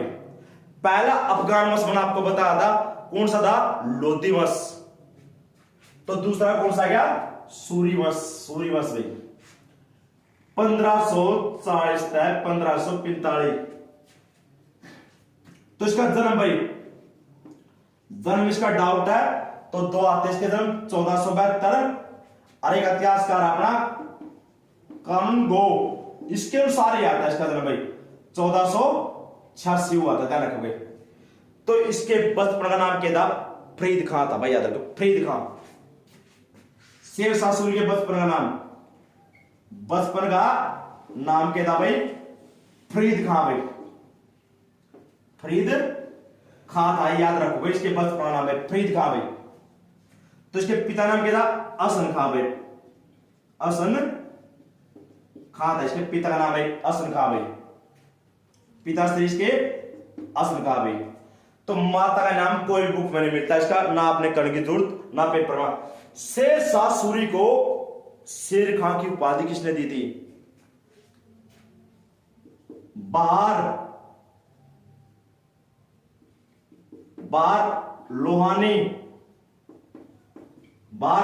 खान ने दे दी भाई, क्योंकि एक झटका में शेर की हत्या कर दी थी भाई, एक बार में शेर का धड़ अलग कर दी थी। इस कारण इसको शेर खां की उपाधि दी, बार लोहानी खान ने दे दी, याद रखियो। और एक सभी को पता है इसका सबसे मेन क्वेश्चन अपना, जीटी रोड किसने बनवाया था भाई? शेरशाह सूरी ने भाई, जीटी रोड। इसका पूरा नाम आपको पता होगा सभी भाई को, ग्रांड ट्रंक रोड बोलते हैं इसको भाई। और ये कहां से कहां तक बनाया गया था भाई? आप सभी को पता होना चाहिए भाई। ये कलकत्ता के सोनार गांव से शुरू होता है, सोनार गांव, कलकत्ता के सोनार गांव से शुरू होता है, और आज वर्तमान में अपना, उस समय तो पेशावर तक था भाई, पेशावर तक, यानी पाकिस्तानी पेशावर तक। लेकिन वर्तमान में इसको माना था अपना अमृतसर तक भाई, अमृतसर तक। और सरकार ने इसके 2 पार्ट कर दिए, आपको पता है, दिल्ली से लेकर अमृतसर तक कर दी थी NH1, और NH2 दिल्ली से लेकर कलकत्ता तक भाई। तो एक प्रश्न आता है, NH1 और NH2 को क्या कहा जाता है? शेरशाह सूरी मार्ग कहा जाता भाई। लेकिन एक तो नए आंकड़े आ लिए, NH1 अपना अलग है भाई, सरकार ने सारे आंकड़े चेंज कर दिए। लेकिन पुराने आंकड़े उठाए गए तो ये आएगा आपके भाई जो शेरशाह सूरी मार्ग किसको कहा जाता है? NH1 को भाई। लेकिन पूछा NH1 NH2 दोनों, फिर दोनों आएंगे। तो शेरशाह सूरी का दरबार में बहुत बड़े कवि रहा करते अपने भाई, उस कवि का नाम याद रखना, मलिक मोहम्मद जायसी। बहुत बड़े कवि थे अपने मलिक मोहम्मद जायसी। इसकी पुस्तक आती पेपर में, पुस्तक कौन सी थी भाई? पद्मावत। कौन सी पुस्तक थी? पद्मावत, जो अपने हिंदी मूवी बनी हुई पद्मावत। कई बार पूछा पद्मावत में किस राजा की प्रश्न कर रखी भाई, या किस राजा का वर्ण है? तो बहुत सारे बच्चे शेरशाह सूरी करे हुए, गलत हो जाए आपका भाई। तो पद्मावत में अलाउद्दीन खिलजी का वर्ण है, ध्यान रखिए इस बात का। उसके बाद सबसे ज्यादा सराय बनाए थे, सराय, सराय के हुआ जो विश्राम गृह बनाए थे सबसे ज्यादा भाई, 1700 सराय। कितने? 1700 सराय बनाए थे, याद रखोगे। और शेरशाह सूरी ने सबसे पहले भारत में रुपए की शुरुआत करी थी 1542 में, याद रखोगे। और भूमि का यूं 1/3 लिया करता। तो उसके बाद इसका अंतिम अभियान भाई, अंतिम अभियान। तो इसका अंतिम अभियान कौन सा था भाई? कालिंजर का अभियान था, याद रखिए। कौन सा भाई? कालिंजर का अभियान था इसका अंतिम अभियान भाई, 1545। ध्यान रखिए भाई। तो किसको रहा था भाई? किरत सिंह को रहा था भाई जी, किरत सिंह। लेकिन इस युद्ध में इसकी भी खुद की मृत्यु हो जाती है। कैसे इसकी मृत्यु होती है? उक्का नामक अग्निय शस्त्र चलाना है। ये उक्का नामक भाई, कौन सा? उक्का नामक अग्निय शस्त्र चलाना लगता, जिसका इसकी विस्फोट तक मृत्यु हो जाती है भाई। तो याद रखोगे इसका मकबरा कहां आएगा भाई? मकबरा इसका सासाराम में आएगा। मकबरा, मकबरा सासाराम भाई, याद रखोगे। यू सासाराम अपना बी का मतलब है बिहार। इसका जो मकबरा सासाराम में है, ये ध्यान रखोगे। उसके बाद आएगा अपना अकबर।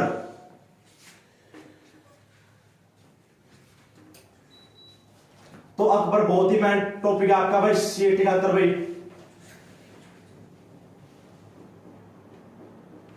1556 था भाई, 1605 आएगा भाई, 1605। तो इसका जन्म याद रखना अकबर का भाई, जन्म 15 अक्टूबर 1542 में अमरकोट में हुआ था, याद रखना सभी ने भाई। अमरकोट, अमरकोट भाई, जो वर्तमान में पाकिस्तान में बहुत सारे बच्चे गलत कर लेते हैं, ये कहते हैं राजस्थान, पाकिस्तान आएगा। तो पिता सभी को पता है आपका भाई, हुमायूं। माता मैं बताता हूं, पिता भाई हुमायूं।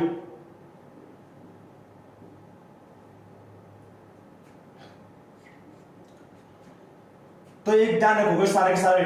पत्नी भाई, पत्नी बताओगे भाई, पत्नी सभी को पता। अकबर की पत्नी नाम क्या था? जोधा भाई, जोधा बाई इसकी पत्नी का नाम था, याद रखिए भाई। राजगद्दी पर कब बैठा है? राजगद्दी पर, तो राजगद्दी पर आएगा 1556 में बैठा था। जब ये राजगद्दी पे बैठा, आपके नॉलेज के लिए, तो मात्र 13.5 साल का था भाई। तो मैंने ऊपर करवाया आपको, मुगल वंश में सबसे कम उम्र का राजगद्दी पर कौन बैठा था? बाबर। और ध्यान रखना इस बात का, दूसरा नंबर पर कौन आवा? अकबर भाई। तो उसके बाद बहुत ही इसके बचपन का नाम पूछा था भाई, बचपन का नाम भाई जलाल आएगा भाई, जलाल। अकबर के बचपन का नाम क्या था? जलाल था इसका बचपन का नाम भाई। और मां द्वारा दिया गया नाम, मां द्वारा दिया गया नाम भाई बदरुद्दीन, बदरुद्दीन था इसकी मां द्वारा दिया गया नाम है बदरुद्दीन। इसका मतलब होता है चंद्रमा की तरह चमकने वाला।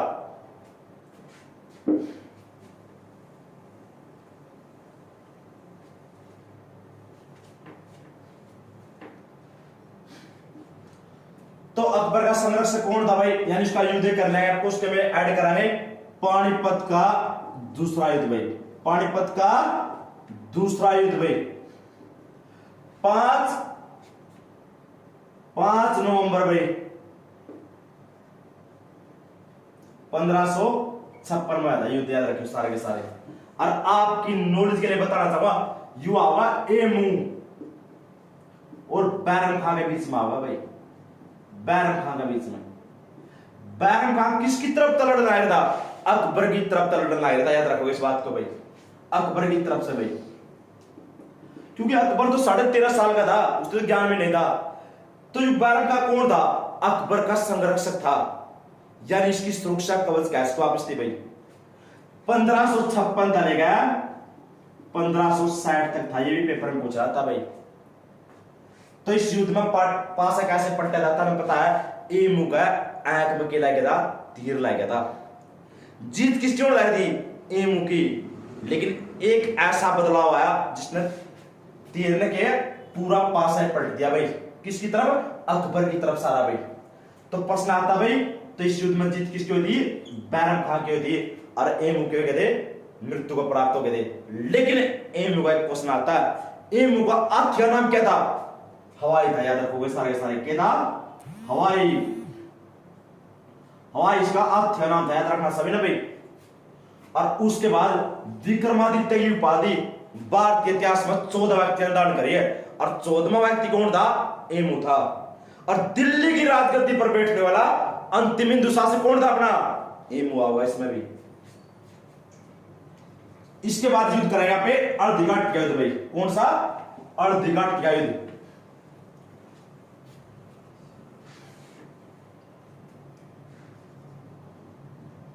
अर्धघाट का युद्ध भाई, अर्धघाट का युद्ध। तो अर्धघाट का युद्ध 18 जून भाई 1576 में था भाई। इसमें भी अकबर नहीं था भाई, इसमें कौन आवा, महाराणा प्रताप, महाराणा प्रताप भाई। और कौन आवा, महाराणा प्रताप, ध्यान रखना मान सिंह आवा, मान सिंह। तो मैं इस युद्ध की आपको पूरी सच्चाई बताता हूं। अकबर नु ज्यादा बस जब तक मैं महाराणा प्रताप को अपना गुलाम यानी कैदी नहीं बना लेता नहीं, मैं अपने आप को मान शासक मानता ही को नहीं। तो उसने अकबर ने अपने 4 दूत भेजे थे महाराणा प्रताप का दरबार में, चाहे तो मेरी अधीनता स्वीकार कर ले, ठीक है, तो न जो चाहिए वो मिल जाएगा, लेकिन राजपूत नहीं वो किसी की अधीनता स्वीकार नहीं कर दे। तो उसने अधीनता स्वीकार करने से इनकार कर दिया। फिर अकबर का एक सप्तम मान सेनापति था, आपको बताना चाहूंगा, यह भी मान था मान सिंह, यह भी सेनापति था, लेकिन इसका पहले एक सेनापति था, उसका नाम था बहलोल खां भाई, याद रखियो। 7.5 फुट का और लगभग मान के चलो 250 किलो से भी ज्यादा वजन था इसमें। और इसकी खुराक आप सोच भी सकते, एक 2 साल के जो हिंदू बच्चे आ गए उनको खाया करता ये बहलोल खां। शरीर इतना पटन रहा करता, आप सोच भी सकते, हाथी जैसी ताकत थी इसकी बाजू में। लेकिन जब महाराणा प्रताप के सामने आयु, महाराणा प्रताप का वेट था 110 किलो, उसका सुरक्षा कवच कितना का था, 72 किलो का, बाला कितना का था, 81 किलो का, और तलवार का वजन मिलाकर लगभग 55 किलो, यानी 208 किलो वजन तो अपना शरीर पर रखा करता। टोटल वजन कितना था महाराणा प्रताप का, 110 किलो, और अपना शरीर पर कितना वजन रखा करता, 208 किलो। और 7.5 फुट के थे अपने महाराणा प्रताप भी भाई। तो जो बहलोल खान युद्ध में, अर्धघाट युद्ध में, तो एक ऐसा वार करा था महाराणा प्रताप ने, आप सोच मिल सकते, एक ऐसा वार, एक के वार में बहलोल खान और उसका घोड़ा चीर दिया था बीच में। प्रश्न आता है कि महाराणा प्रताप ने किसको एक वार में 20 से चीर दिया था, साथ में उसके घोड़े को, तो कौन आएगा, बहलोल खान को घोड़े के साथ चीर दिया था। मुगल सेना घबरा गई थी, सारी बगदर मैच की थी। फिर उसने अकबर ने अपना दूसरा सबसे प्रिय सेनापति किसको भेजा था, मान सिंह को भेजा था। जब मान सिंह हाथी बानी तो महाराणा प्रताप ने घोड़ा पर बैठकर मानसिंह को ऊपर वार करा था, लेकिन बाला तो बच गया। उस बाला को उठाएगा नहीं, आप थिनाप की नॉलेज के बताना चाहूंगा, घोड़ा पैर में मारा था, घोड़ा घायल हो गया था। तो यानी पास पढ़ना, अगर मानसिंह मारा जाता इस युद्ध में तो जीत किसकी होती? महाराणा प्रताप की होती। लेकिन वास्तव में जीत किसकी हुई भाई? मानसिंह की हुई है। अरे अकबर तो आया बंदा, बहुत सारी किताबों में आपको गलत पढ़ाया जाएगा। अकबर इस युद्ध में आया था नहीं तो महाराणा प्रताप उसकी जिंदा रहे 20 से काट देता। क्यों? क्योंकि इस बात का एहसास था किसको? अकबर को। इस युद्ध में अगर तो पहुंचा नहीं तो महाराणा प्रताप तो जिंदा नहीं छोड़ेगा भाई। तो मैं आपको बताता हूं, जाला व्यक्ति भाई, ये महाराणा प्रताप का अमशकल था। महाराणा प्रताप का कहते हैं अमशकल था। तो महाराणा प्रताप को बाद में इस युद्ध से जाना पड़ा था, किसके कहने पर? जाला व्यक्ति कहने पर। क्योंकि अपना सबसे बड़ा दुश्मन तो क्या जीवित अभी, उसको मारा बिना नहीं मुगल सेना को खत्म नहीं किया जा सकता। तो महाराणा प्रताप ने युद्ध का मैदान छोड़ना पड़ा था और उसका स्थान किसने लिया था? जाला व्यक्ति को लिया था। और जाला व्यक्ति ने ध्यान रखियो, महाराणा प्रताप का टॉप पैर का लड़ा गया था भाई इस युद्ध को। और बाद में जाला व्यक्ति की मृत्यु हो गई थी कहां भाई? अर्धी घाटी में। आपकी नॉलेज के लिए बताना चाहूंगा, जाला व्यक्ति और महाराणा प्रताप की दोनों की शक्ल मिला थी। और इस युद्ध में खुश हो गए थे मुगल भाई। इस युद्ध में मुगल खुश हो गए थे भाई, किसको मार दिया? महाराणा प्रताप को। लेकिन अकबर को विश्वास था महाराणा प्रताप इतनी आसानी से युद्ध में मारे नहीं जाओगे भाई, याद रखोगे। लेकिन एक प्यार से नॉलेज देना चाहूंगा आपको, जब किसी भी चौराहे पर नहीं तर घोड़े के ऊपर किसी मानव व्यक्ति की तस्वीर मिलेगी, किसी भी चौराहे पर अगर घोड़े के दोनों पैर ऊपर नहीं तो सोचो वो व्यक्ति युद्ध में शहीद हुआ है। अगर किसी व्यक्ति घोड़ा पर नहीं, अगर किसी मानव व्यक्ति का घोड़े ऊपर बैठा और एक पैर नीचे और एक ऊपर हो तो सोच लो युद्ध में घायल हुआ हो, बाद में उसकी पीड़ा से मृत्यु हुई है। तीसरी, अगर घोड़े के चारों पैर नीचे हो तो सोच लो उसकी सामान्य बीमारी से मृत्यु हुई है। दोबारा समझना, जिस घोड़े के ऊपर दोनों पैर मिलेंगे और ऊपर मानव व्यक्ति बैठा मिलेगा तो सोच लो वो व्यक्ति युद्ध में शहीद हुआ है। और जिसका एक पैर नीचे मिला घोड़ा, सॉरी एक ऊपर मिला 3 नीचे, तो याद रखियो उसकी बाद में मृत्यु हुई है, युद्ध में घायल हुआ। जिसके 4 नीचे मिलेंगे तो सामान्य परिस्थितियों में उसकी मृत्यु हुई है। तो याद रखोगे, कभी भी चुराव हो तो देख लेना एक बार जरूर। अकबर को भारत का राष्ट्रीय सम्राट कहा जाता भाई, याद रखो। क्या कहा था? भारत का राष्ट्रीय सम्राट कहा जाता भाई। भारत का क्या कहा था? उसको राष्ट्रीय सम्राट कहा जाता अकबर को भाई। और अकबर ने कौन सी नीति चलाई थी? 16 या नीति चलाई थी अकबर ने भाई। यह एनसीईआरटी का प्रश्न है भाई, आपका अच्छे लेवल का प्रश्न है। इसको ही शांति प्रिय नीति कहते हैं। और एक थी जोरोखा दर्शन की शुरुआत करी थी, जोरोखा दर्शन भाई, जोरोखा दर्शन। जब राजा सुबह सुबह साहित्य तालाब खतर जाया करता, लोग उताड़ो होया करते पर राजा के दर्शन हो जाए, यानी राजा के दर्शन हो गए नहीं सोचते भगवान के दर्शन हो गए, तो उसको क्या बोलिया करते? जोरोखा दर्शन बोलिया करते, याद रखोगे। इसके बाद आप सुधार कराएंगे। इसके बाद सुधार, हरम दल से मुक्ति भाई, दास प्रथा का अंत भाई। ये 1562 आएगा, याद रखियो। हरम दल से मुक्ति और दास प्रथा अंत दोनों के 1562 आ गए। यहां याद रखो एक शब्द तीज, इसको याद कर लो, तीज शब्द को भाई। पहला होगा तीर्थ यात्रा कर भाई, याद रखोगे। तीर्थ यात्रा कर की समाप्ति, इसको याद कर लियो। 1563 होगा। नहीं गलत कर क्या हुआ पेपर में, 30 शब्द को याद रखियो, नहीं आपका गलत हुआ है, क्योंकि आपको पता दोनों इकट्ठे हो गए। तीर्थ यात्रा कर, फिर आवाज जाएगा मतलब जजिया कर की समाप्ति, जजिया कर की समाप्ति होगी 1564 में। एक आसान सा शब्द है तीज, पहला तीर्थ यात्रा कर और फिर बाद में जजिया कर की समाप्ति होगी, ध्यान रखना इस बात का भी। इबादत खाना की स्थापना, इबादत खाना इसकी स्थापना कर दी थी 1500, तो इबादत खाना ही 1500 में बताएंगे आपको, इसमें थोड़ा डाउट है। जहां तक 1575 आएगी भाई, 1575 भाई। एक बार देख मिले नवे इबादत खाने की स्थापना। उसके बाद आता मजहर की घोषणा, जहां तक ठीक है सही है, मजहर की घोषणा भाई, मजहर की घोषणा भाई। और आपकी नॉलेज के लिए बताना चाहूंगा, जो इबादत खाना थी इसकी स्थापना थी, ध्यान रखियो, फतेहपुर सीकरी और इलाहाबाद दोनों में की थी भाई।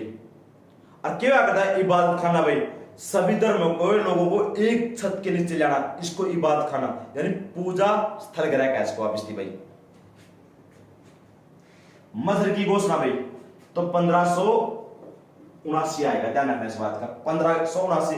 मजहर की घोषणा क्या करती, जो राजा का निर्णय करता नहीं वो अंतिम और मान्य करता। जिस तरह हम देखते हुए क्रिकेट के मैच होने लग रहे, जगह जगह स्थान पर और एक शब्द मिलेगा आपको, रेफरी का निर्णय अंतिम और मान्य। उस समय भी नुया करता, राजा का निर्णय जो करता नहीं अंतिम और मान्य करता भाई, याद रखिए भाई, इसको मजहर की घोषणा बोला करते।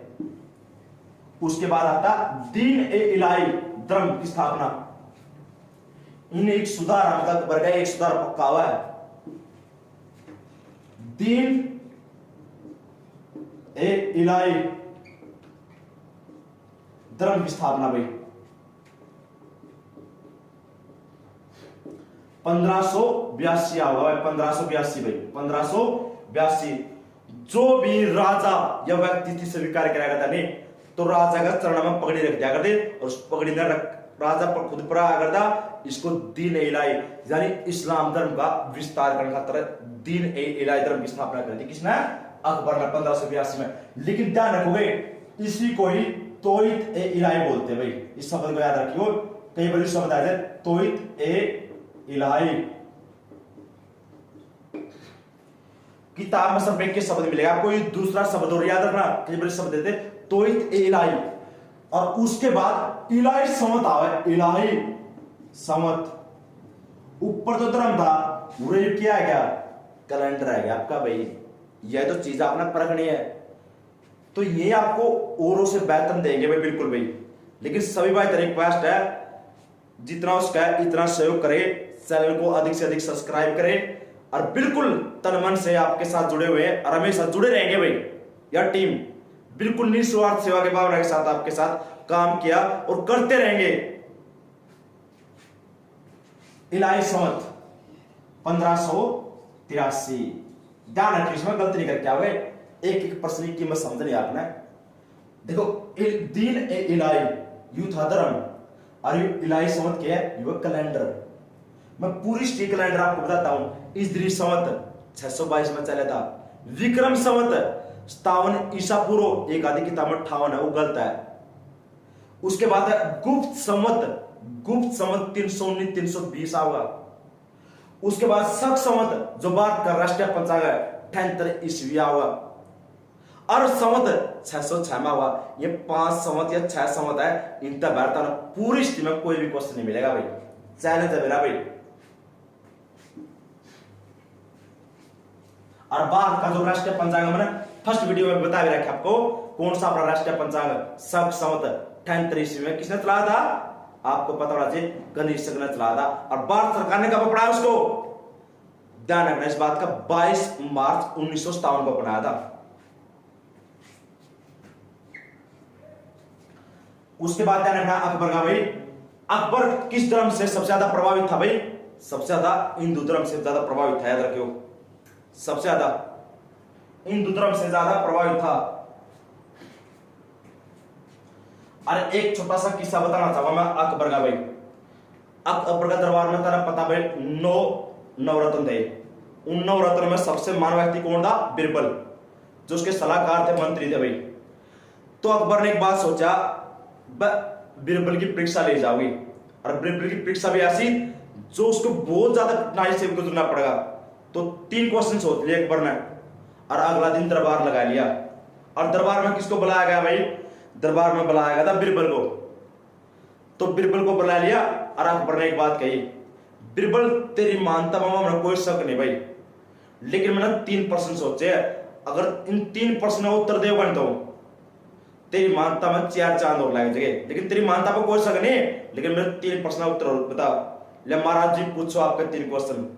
तो फर्स्ट क्वेश्चन का अकबर ने तो बता भाई, भगवान है भगवान कहाँ रहा भाई, या भगवान कहाँ निवास करा भाई, फर्स्ट क्वेश्चन।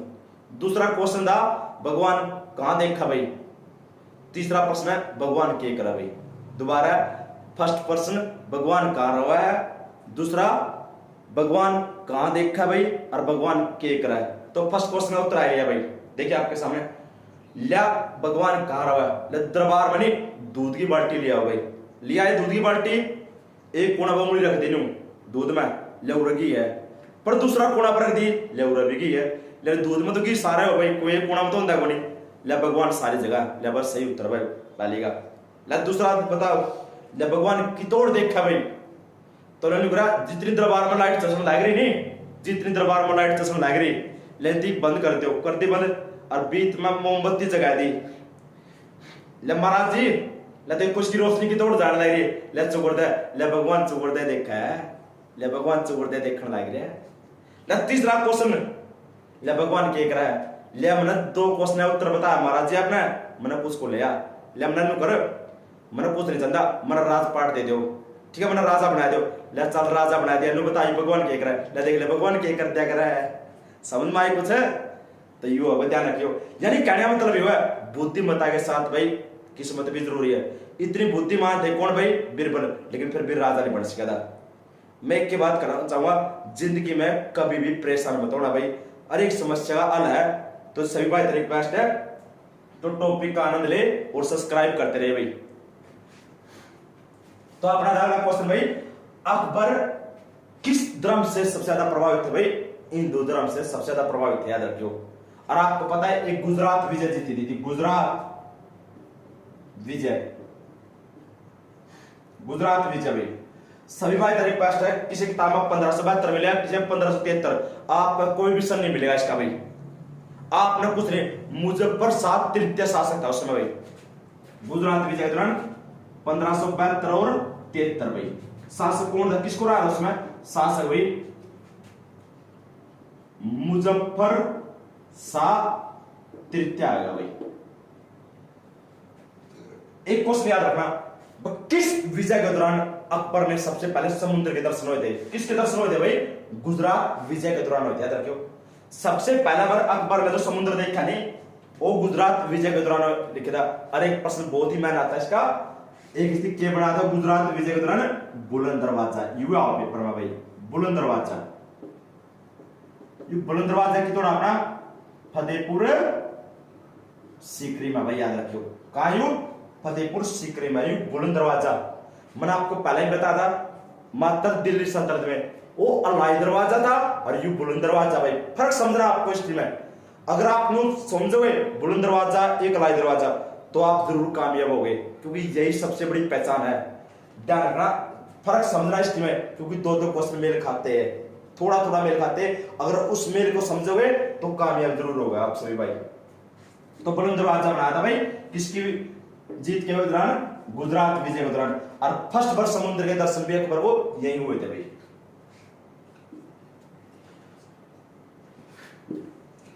सूरदास, याद रखोगे सूरदास, बहुत बढ़िया प्रश्न आपके हरियाणा के लेवल सीएटी का। सूरदास किसके समकालीन थे, समकालीन, सूरदास किसके समकालीन थे भाई, याद रखोगे अकबर के समकालीन थे। किसके समकालीन थे, अकबर के समकालीन थे। लेकिन ध्यान रखना, जो सूरदास प्रसिद्ध हुए पूरे मानो है, जिसने सूर सागर लिखी, वह जागीर के समय आ गए। दोनों प्रश्न अलग है भाई, और दोनों प्रश्न एक के साथ ऐड करेंगे। समकालीन किसके थे, अकबर के, और जागीर दोनों के आएंगे। लेकिन जो प्रसिद्ध है किसके शासनकाल में प्रसिद्ध भाई, प्रसिद्ध आएगा आपका ये, ध्यान रखना भाई, जो प्रसिद्ध है जागीर के शासनकाल में भाई। ये डाउट दूर है भाई, ये पहला भी प्रश्न पूछा गया हरियाणा में, बहुत सारे बच्चों को समझ में नहीं आ रहा कौन सा प्रश्न करें, तो आपका डाउट दूर है। समकालीन किसके थे, अकबर के और जागीर दोनों के आएंगे। लेकिन अगर दोनों ऑप्शन में फिर कौन सा आया, पहला कौन आया, अकबर आया तो अकबर ही आएगा। लेकिन वह सबसे ज्यादा प्रसिद्ध किसका समय है, जो सूर सागर लिखी थी, फिर जागीर आएगा भाई। ईस्ट इंडिया कंपनी की स्थापना भी किसके समय हुई भाई? अकबर का समय हुई, याद रखोगे तमें भाई। ईस्ट इंडिया कंपनी की स्थापना भी अकबर का समय हुई थी। और जहांगीर को क्या करता है? जहांगीर को क्या करता? शेखू बाबा भाई, शेखू बाबा। बाद में इस शेखू बाबा ने बहुत तंग करा था अकबर भाई, क्योंकि नशेड़ी था भाई। और अकबर के जो अंतिम समय ने बड़े ही परेशानी के साथ बीते थे उसके भाई, क्योंकि इतना नशे करा करता। कौन भाई? जहांगीर भाई। तो याद रखना है अकबर की मृत्यु भाई। तो ध्यान रखना समझना 16 अक्टूबर भाई 1605। 16 अक्टूबर को छोड़ दियो, 1605 ही कर लोगे तो बहुत ही बेहतर रहेगा। तो आगरा के सिकंदरा, सॉरी इसका मकबरा भाई सिकंदरा भाई, सिकंदरा में इसकी मृत्यु हुई थी भाई। सिकंदरा 35 रोग से इसकी मृत्यु हुई थी, 35 रोग से। तो इसका मकबरा कहां भाई? सिकंदरा, ये आगरा के पास है भाई, याद रखोगे। तो इसके मृत्यु के बाद अगला शासक कौन सा आ गया अपना भाई? यानी इसका पुत्र जहांगीर आ गया भाई।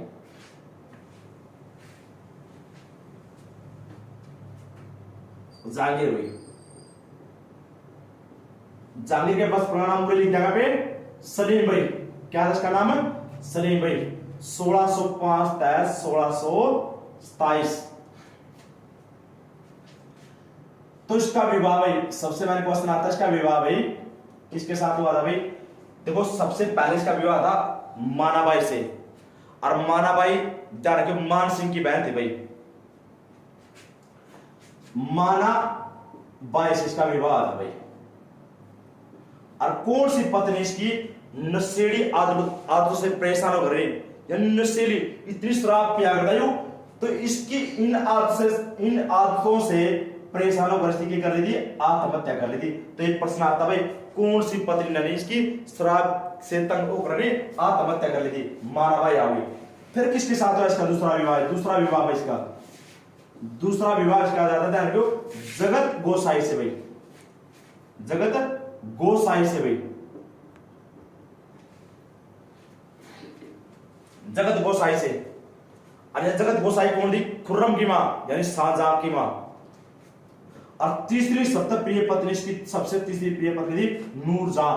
तो आप हरियाणा में ये प्रश्न याद रखना अपना, नूरजहां,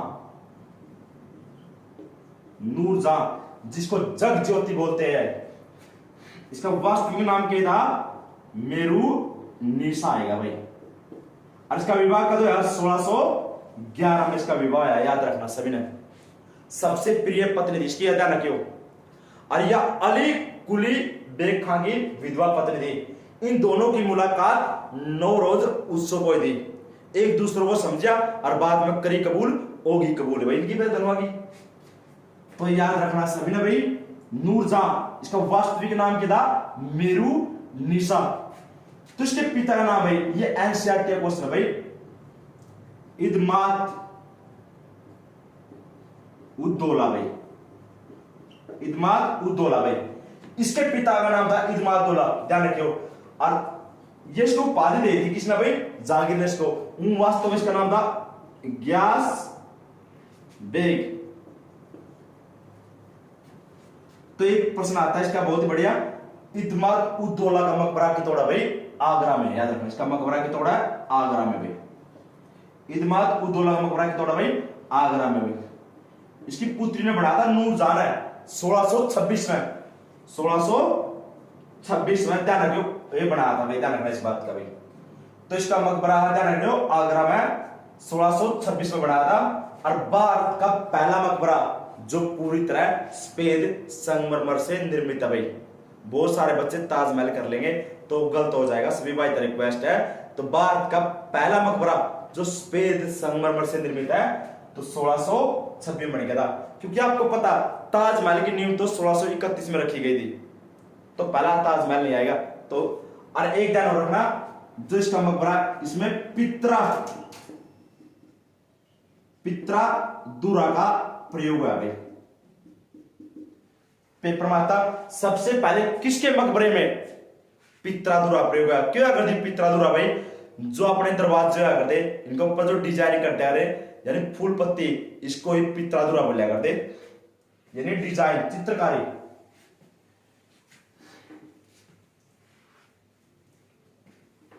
अरे एक रात गद्दी पर बैठते ही इसकी 12 घोषणाएं कर दी पेपर मारा, किस मुगल बादशाह ने 12 घोषणाएं कर दी या 12 अध्यादेश जारी करे थे? तो जहांगीर आएगा।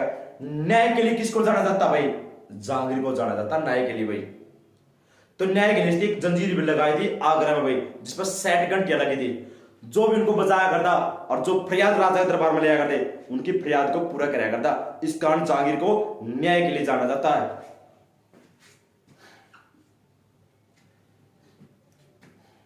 उसके बाद गुरु अर्जुन देव भाई, गुरु अर्जुन देव की हत्या कराई थी भाई, हत्या भाई याद रखियो। तो मुगलों के और सिखों के जो संबंध बिगड़े नहीं, यहीं से बिगड़े थे। गुरु अर्जुन देव की हत्या किसने करवाई भाई? याद रखियो जहांगीर ने। और क्यों कराई? क्योंकि खुसरो की सहायता के कारण भाई, खुसरो को सहायता के कारण भाई, क्योंकि खुसरो किसका पुत्र था भाई? जहांगीर था। उसने अपने पिता के प्रति विद्रोह कर दिया था, तो उसको आशीर्वाद दिया था। इस कारण गुरु अर्जुन देव यानी सिखों के 5वें गुरु की हत्या करवाई थी भाई। दो एक प्रश्न आते हैं सिखों के गुरु में, तो गुरु तेग बहादुर की हत्या किसने कराई थी? औरंगजेब ने करवाई थी भाई।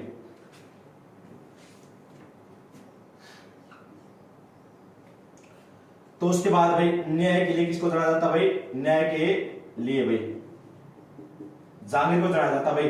अरे थी शालीमार बाग बनाया था। कौन सा? शालीमार बाग भाई, याद रखोगे शालीमार बाग भाई।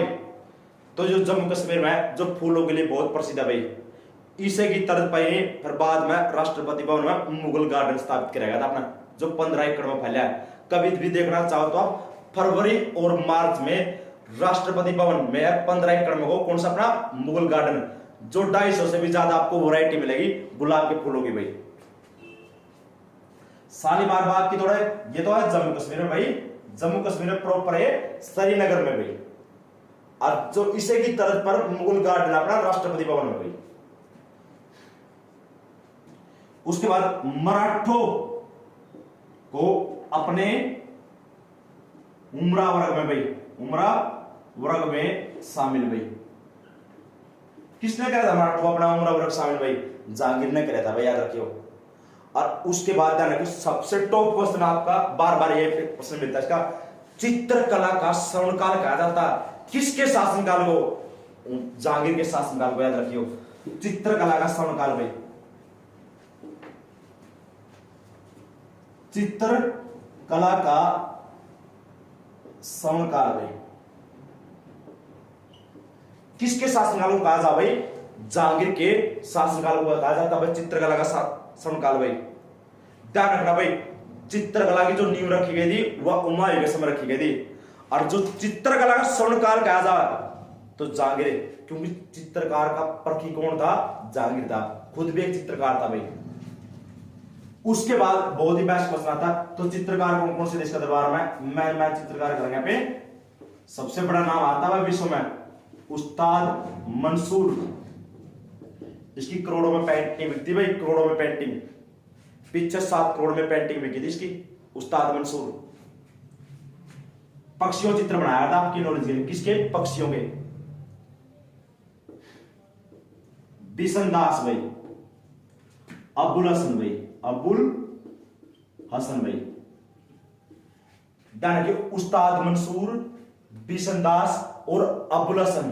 तो याद रखना है सभी भाई ना भाई, ये 3 चित्रकार याद रखियो, पेपर में 3 नहीं आवे इसके, और बहुत मेहनत चित्रकार है इसके। उसके बाद भाई ईस्ट इंडिया कंपनी की आज्ञा प्राप्त करने खातिर इसका दरबार में प्रथम अंग्रेज कौन आता? प्रथम अंग्रेज भाई, प्रथम अंग्रेज आता भाई इसका दरबार में, ईस्ट इंडिया कंपनी की प्रथम अंग्रेज भाई कैप्टन ओंकिस। याद रखोगे इस बात को सारे, कैप्टन ओंकिस आता भाई। 1608 से लेकर 1611 तक रहा था। मैं आपकी नॉलेज के लिए बताना चाहूंगा कौन बनेगा करोड़पति में, एक क्वेश्चन पूछा गया अपना। जो कैप्टन ओंकिस आता है ये किस जहाज के द्वारा आता भाई? कौन बनेगा करोड़पति में? 7 करोड़ का प्रश्न। एक बार तो मेरी भी इच्छा कर दी, मैं सीट पर मैं बैठा था भाई, 7 करोड़ प्राप्त हो जाते, लेकिन क्या करा, किस्मत और सौभाग्य दोनों भी साथ होना चाहिए, तभी सब कुछ मिलता है। लेकिन फिर भी मैं कहूँ इतने आसानी से नहीं मिली कोई बात नहीं, लेकिन अपना हौसला बुलंद रखिए, सब कुछ हासिल होगा। कैप्टन ओंकिस 1608 से लेकर 1611 तक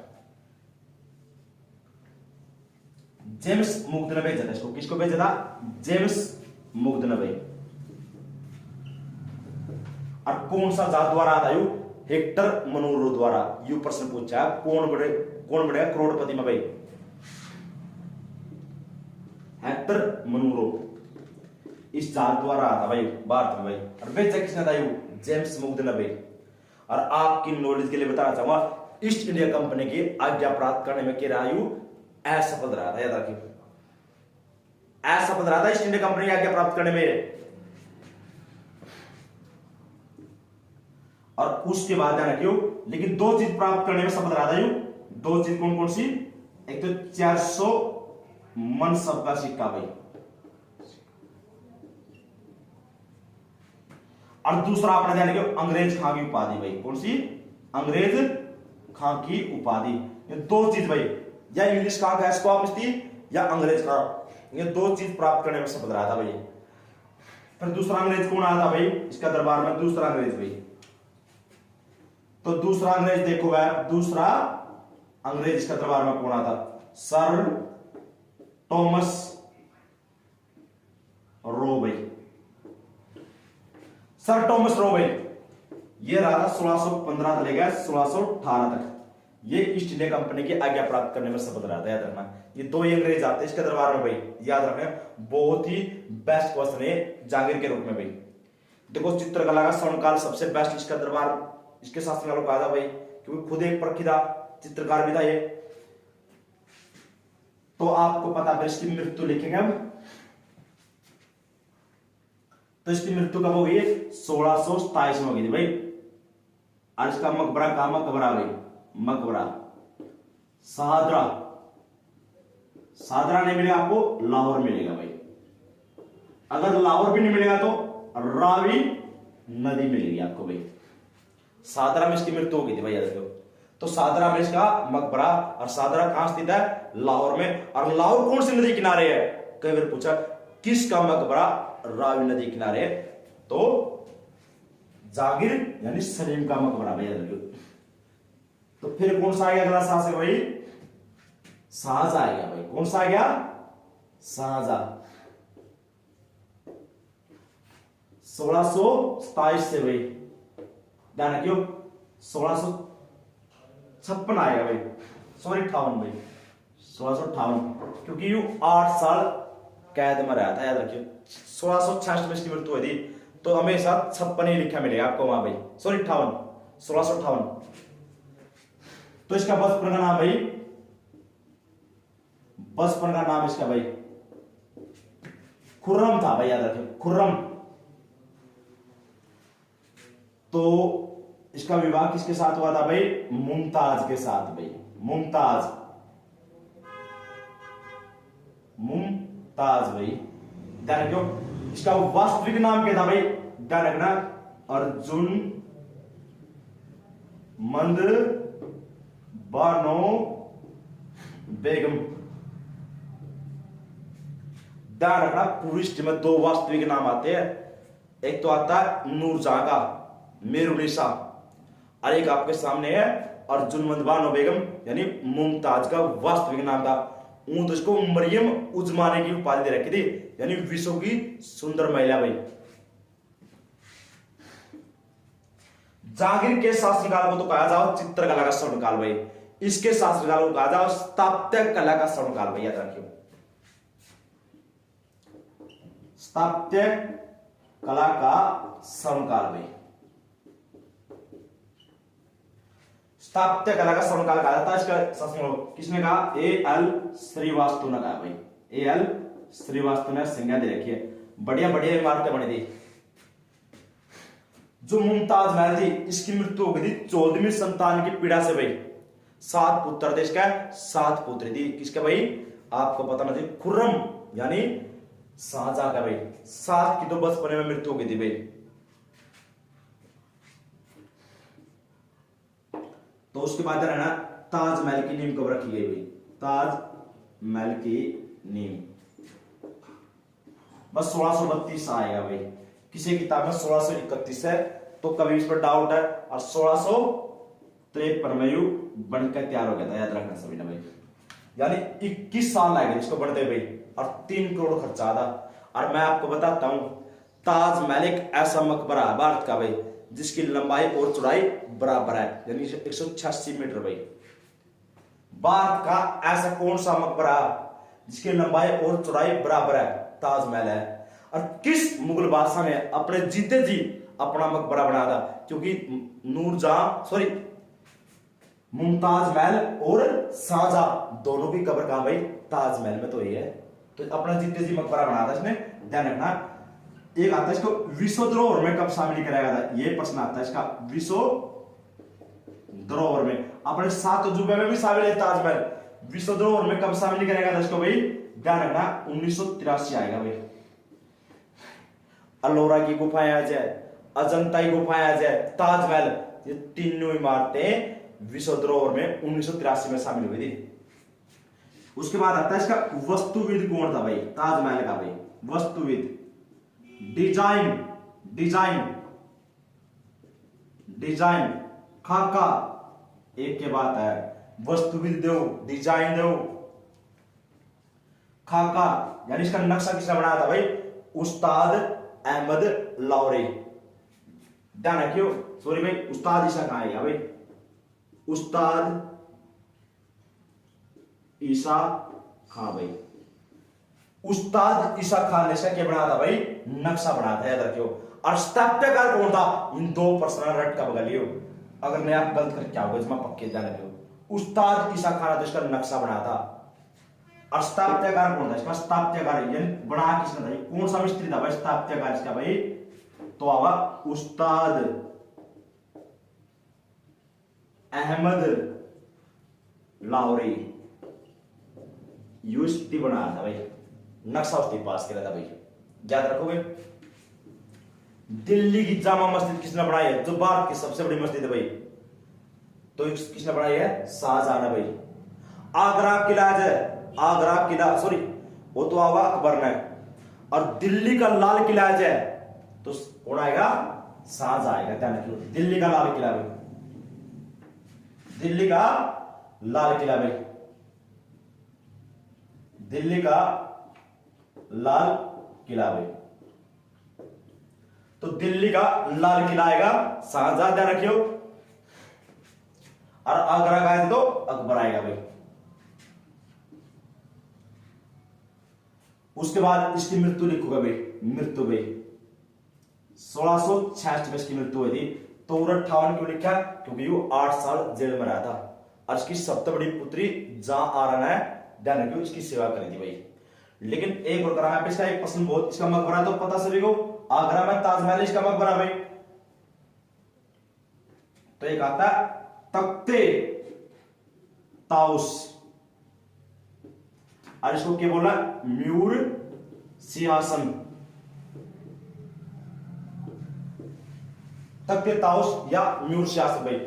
तो इस पर बैठने वाला प्रथम शासक कौन था, ये किसने बनाया था भाई, ध्यान रखना शाहजहां ने बनवाया था ये। और इस पर अंतिम बैठने वाला मोहम्मद शाह आएगा, आगे करेगा पे तो ध्यान रखना बहुत मैंने क्वेश्चन, तख्ते ताउस या म्यूर सिंहासन। तो और शाहजहां के बाद कौन सा आएगा अपना, औरंगजेब आएगा भाई, औरंगजेब भाई 1658 तक लेकर 1707। तो इसका जन्म भाई दोहाद, इसका जन्म कहां हुआ था, दोहाद 1618 यू गुजरात में भाई, दोहाद भाई। तो इसके पिता नाम शाहजहां, माता इसकी मुमताज महल। तो राजगद्दी भाई किस नाम से बैठा था, राजगद्दी पर भाई आलमगीर के नाम से बैठा था, आलमगीर के नाम से। कल पेपर में हो गया इसका, तो आलमगीर की उपाधि किसने दान करी, जब भी औरंगजेब हुआ। और कौन सा मुगल बादशाह ने 2 बार अपना राज्याभिषेक करवाया, तो 2 बार राज्याभिषेक किसने करवाया अपना, औरंगजेब ने करवाया भाई। 2 बार राज्याभिषेक, राज्याभिषेक। 2 बार राज्याभिषेक किसने करवाया भाई? औरंगजेब ने करवाया, याद रखोगे सारे के सारे। और 2 बार राजगद्दी में बैठे था हुमायूं, लेकिन राज्याभिषेक उसने 1 बार करवाया था। मैंने आपको पहले भी डाउट दूर किया, अब भी आपका डाउट दूर किया भाई। जो भी भाई का हिस्ट्री में कोई भी डाउट हो, कभी भी उड़ान कैंपस पे और में आपका स्वागत है भाई। कभी आप आओ, ऑफलाइन क्लास लगाकर देखो, बहुत लगभग 3 महीने चलती है हिस्ट्री भाई। तो इतना डीपली करवाते हैं, आप सोच भी नहीं सकते भाई, बहुत ज्यादा डीपली। कम से कम मैं 70 से भी ज्यादा टॉपिक करवाता हूं हिस्ट्री के, इतने डीपली टॉपिक भाई। तो उसके बाद जिंदा पीर के नाम से किसको जाना जाता भाई? जिंदा पीर के नाम से भाई, जिंदा पीर के नाम से औरंगजेब को जाना जाता भाई। और याद रखोगे जिंदा पीर क्यों कहा जाता? क्योंकि कुरान की आयतें बेचा करता, कुरान की आयतें, इस कारण इसको जिंदा पीर कहा जाता। मुगल वंश में सबसे कट्टर मुसलमान माना जाता औरंगजेब को भाई, आपकी नॉलेज के लिए। गुरु तेग बहादुर की हत्या किसने करवाई थी भाई? गुरु तेग बहादुर की हत्या भाई 1675 में औरंगजेब ने करवाई थी, गुरु तेग बहादुर की हत्या। कौन सा धर्म को माना जाता है? सुन्नी धर्म को माना जाता है, याद रखो। औरंगजेब कौन सा धर्म को माना जाता? सुन्नी धर्म को। और ध्यान रखो, संगीत पर पाबंदी किसने लगाई थी? औरंगजेब ने लगाई थी। और खुद किस चीज का वादक था? ये वादक यानी के बजाया करता, ये वादक वीणा, के बजाया करता, वीणा बजाया करता। याद रखो इस बात को आप सारे भाई, खुद वादक वीणा का था और संगीत पर पाबंदी लगा दी। उसके बाद ये हरियाणा की सीटी में अपना प्रश्न, रुपए की ढुलाई, रुपए की ढुलाई सबसे ज्यादा किसका शासनकाल में हुई है? औरंगजेब का शासनकाल में हुई भाई। और सबसे ज्यादा हिंदू सेनापति किसका शासनकाल में थे? ध्यान रखिए, औरंगजेब के शासनकाल में थे सबसे ज्यादा हिंदू सेनापति भाई, सबसे ज्यादा हिंदू सेनापति थे। ध्यान रखियो क्या परसेंट थे? याद रखियो लगभग 37% के करीब थे भाई, 37% के करीब थे भाई। पता नहीं 33 से, इनमें से डाउट है, देख लेना 33 या 37% इनमें से आएगा भाई। लेकिन मैं आपको बताता हूं शायद 33% आएगा, 33% थे, 33% भाई। और कितने थे टोटल? 337 थे भाई।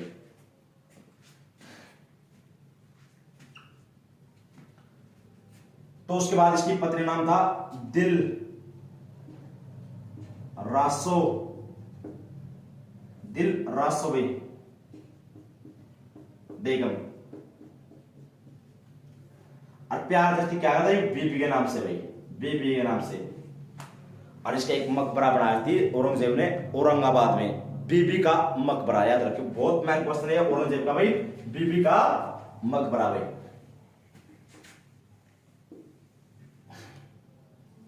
बीबी का मकबरा भाई, बीबी का जो मकबरा ध्यान रखोगे सारे के सारे भाई, वो औरंगाबाद में भाई, औरंगाबाद, औरंगाबाद, औरंगाबाद है महाराष्ट्र में। लेकिन इसका अभी सरकार ने नाम चेंज किया, आज का नाम सांबाजी भाई। याद रखियो सारे, नाम चेंज कर दिया, वर्तमान में इसका नाम क्या है? सांबाजी। शिवाजी के बड़े पुत्र के नाम पर इसका नाम टेक भाई सांबाजी, याद रखियो। और जो बीबी का मकबरा नहीं, इसको दक्षिण भारत का कहा जाए ताजमहल भाई, दक्षिण भारत का ताजमहल भाई क्या कहा जाता है? दक्षिण भारत का ताजमहल कहा जाता भाई, याद रखिए इस बात को भाई। तो और इसके बाद इसकी मृत्यु आती है, पेपर में आता है मृत्यु का भाई औरंगजेब की 1707 में इसकी मृत्यु हो गई थी औरंगजेब की। और तो इसका मकबरा कहां भाई? ध्यान रखिए खुलताबाद भाई, खुलताबाद। ये नहीं मिलेगा आपको, अहमदनगर मिलेगा भाई, अहमदनगर। एक आधी किताब में दौलताबाद है भाई, वो नहीं आएगा भाई, खुलताबाद आएगा या अहमदनगर, महाराष्ट्र में इसका मकबरा भाई। तो और कुछ नहीं, आया राम और गया राम थे, तो मेन क्वेश्चन। उसके बाद एक क्वेश्चन है, ध्यान रखिए, मुगल वंश का अंतिम शासक भाई, मुगल वंश का अंतिम शासक भाई बहादुर शाह जफर द्वितीय भाई, ये अंतिम मुगल बादशाह था भाई। और आपको पता है तो इसकी मृत्यु हो गई थी 1862 रंगून भाई। देखो औरंगजेब के बाद मुज्जम आता भाई, जहांदार आता भाई, पुरुषशेर आता भाई, रबी उद दर्जात आता भाई, रबी उद दौला आता है, मुहम्मद शाह आता है।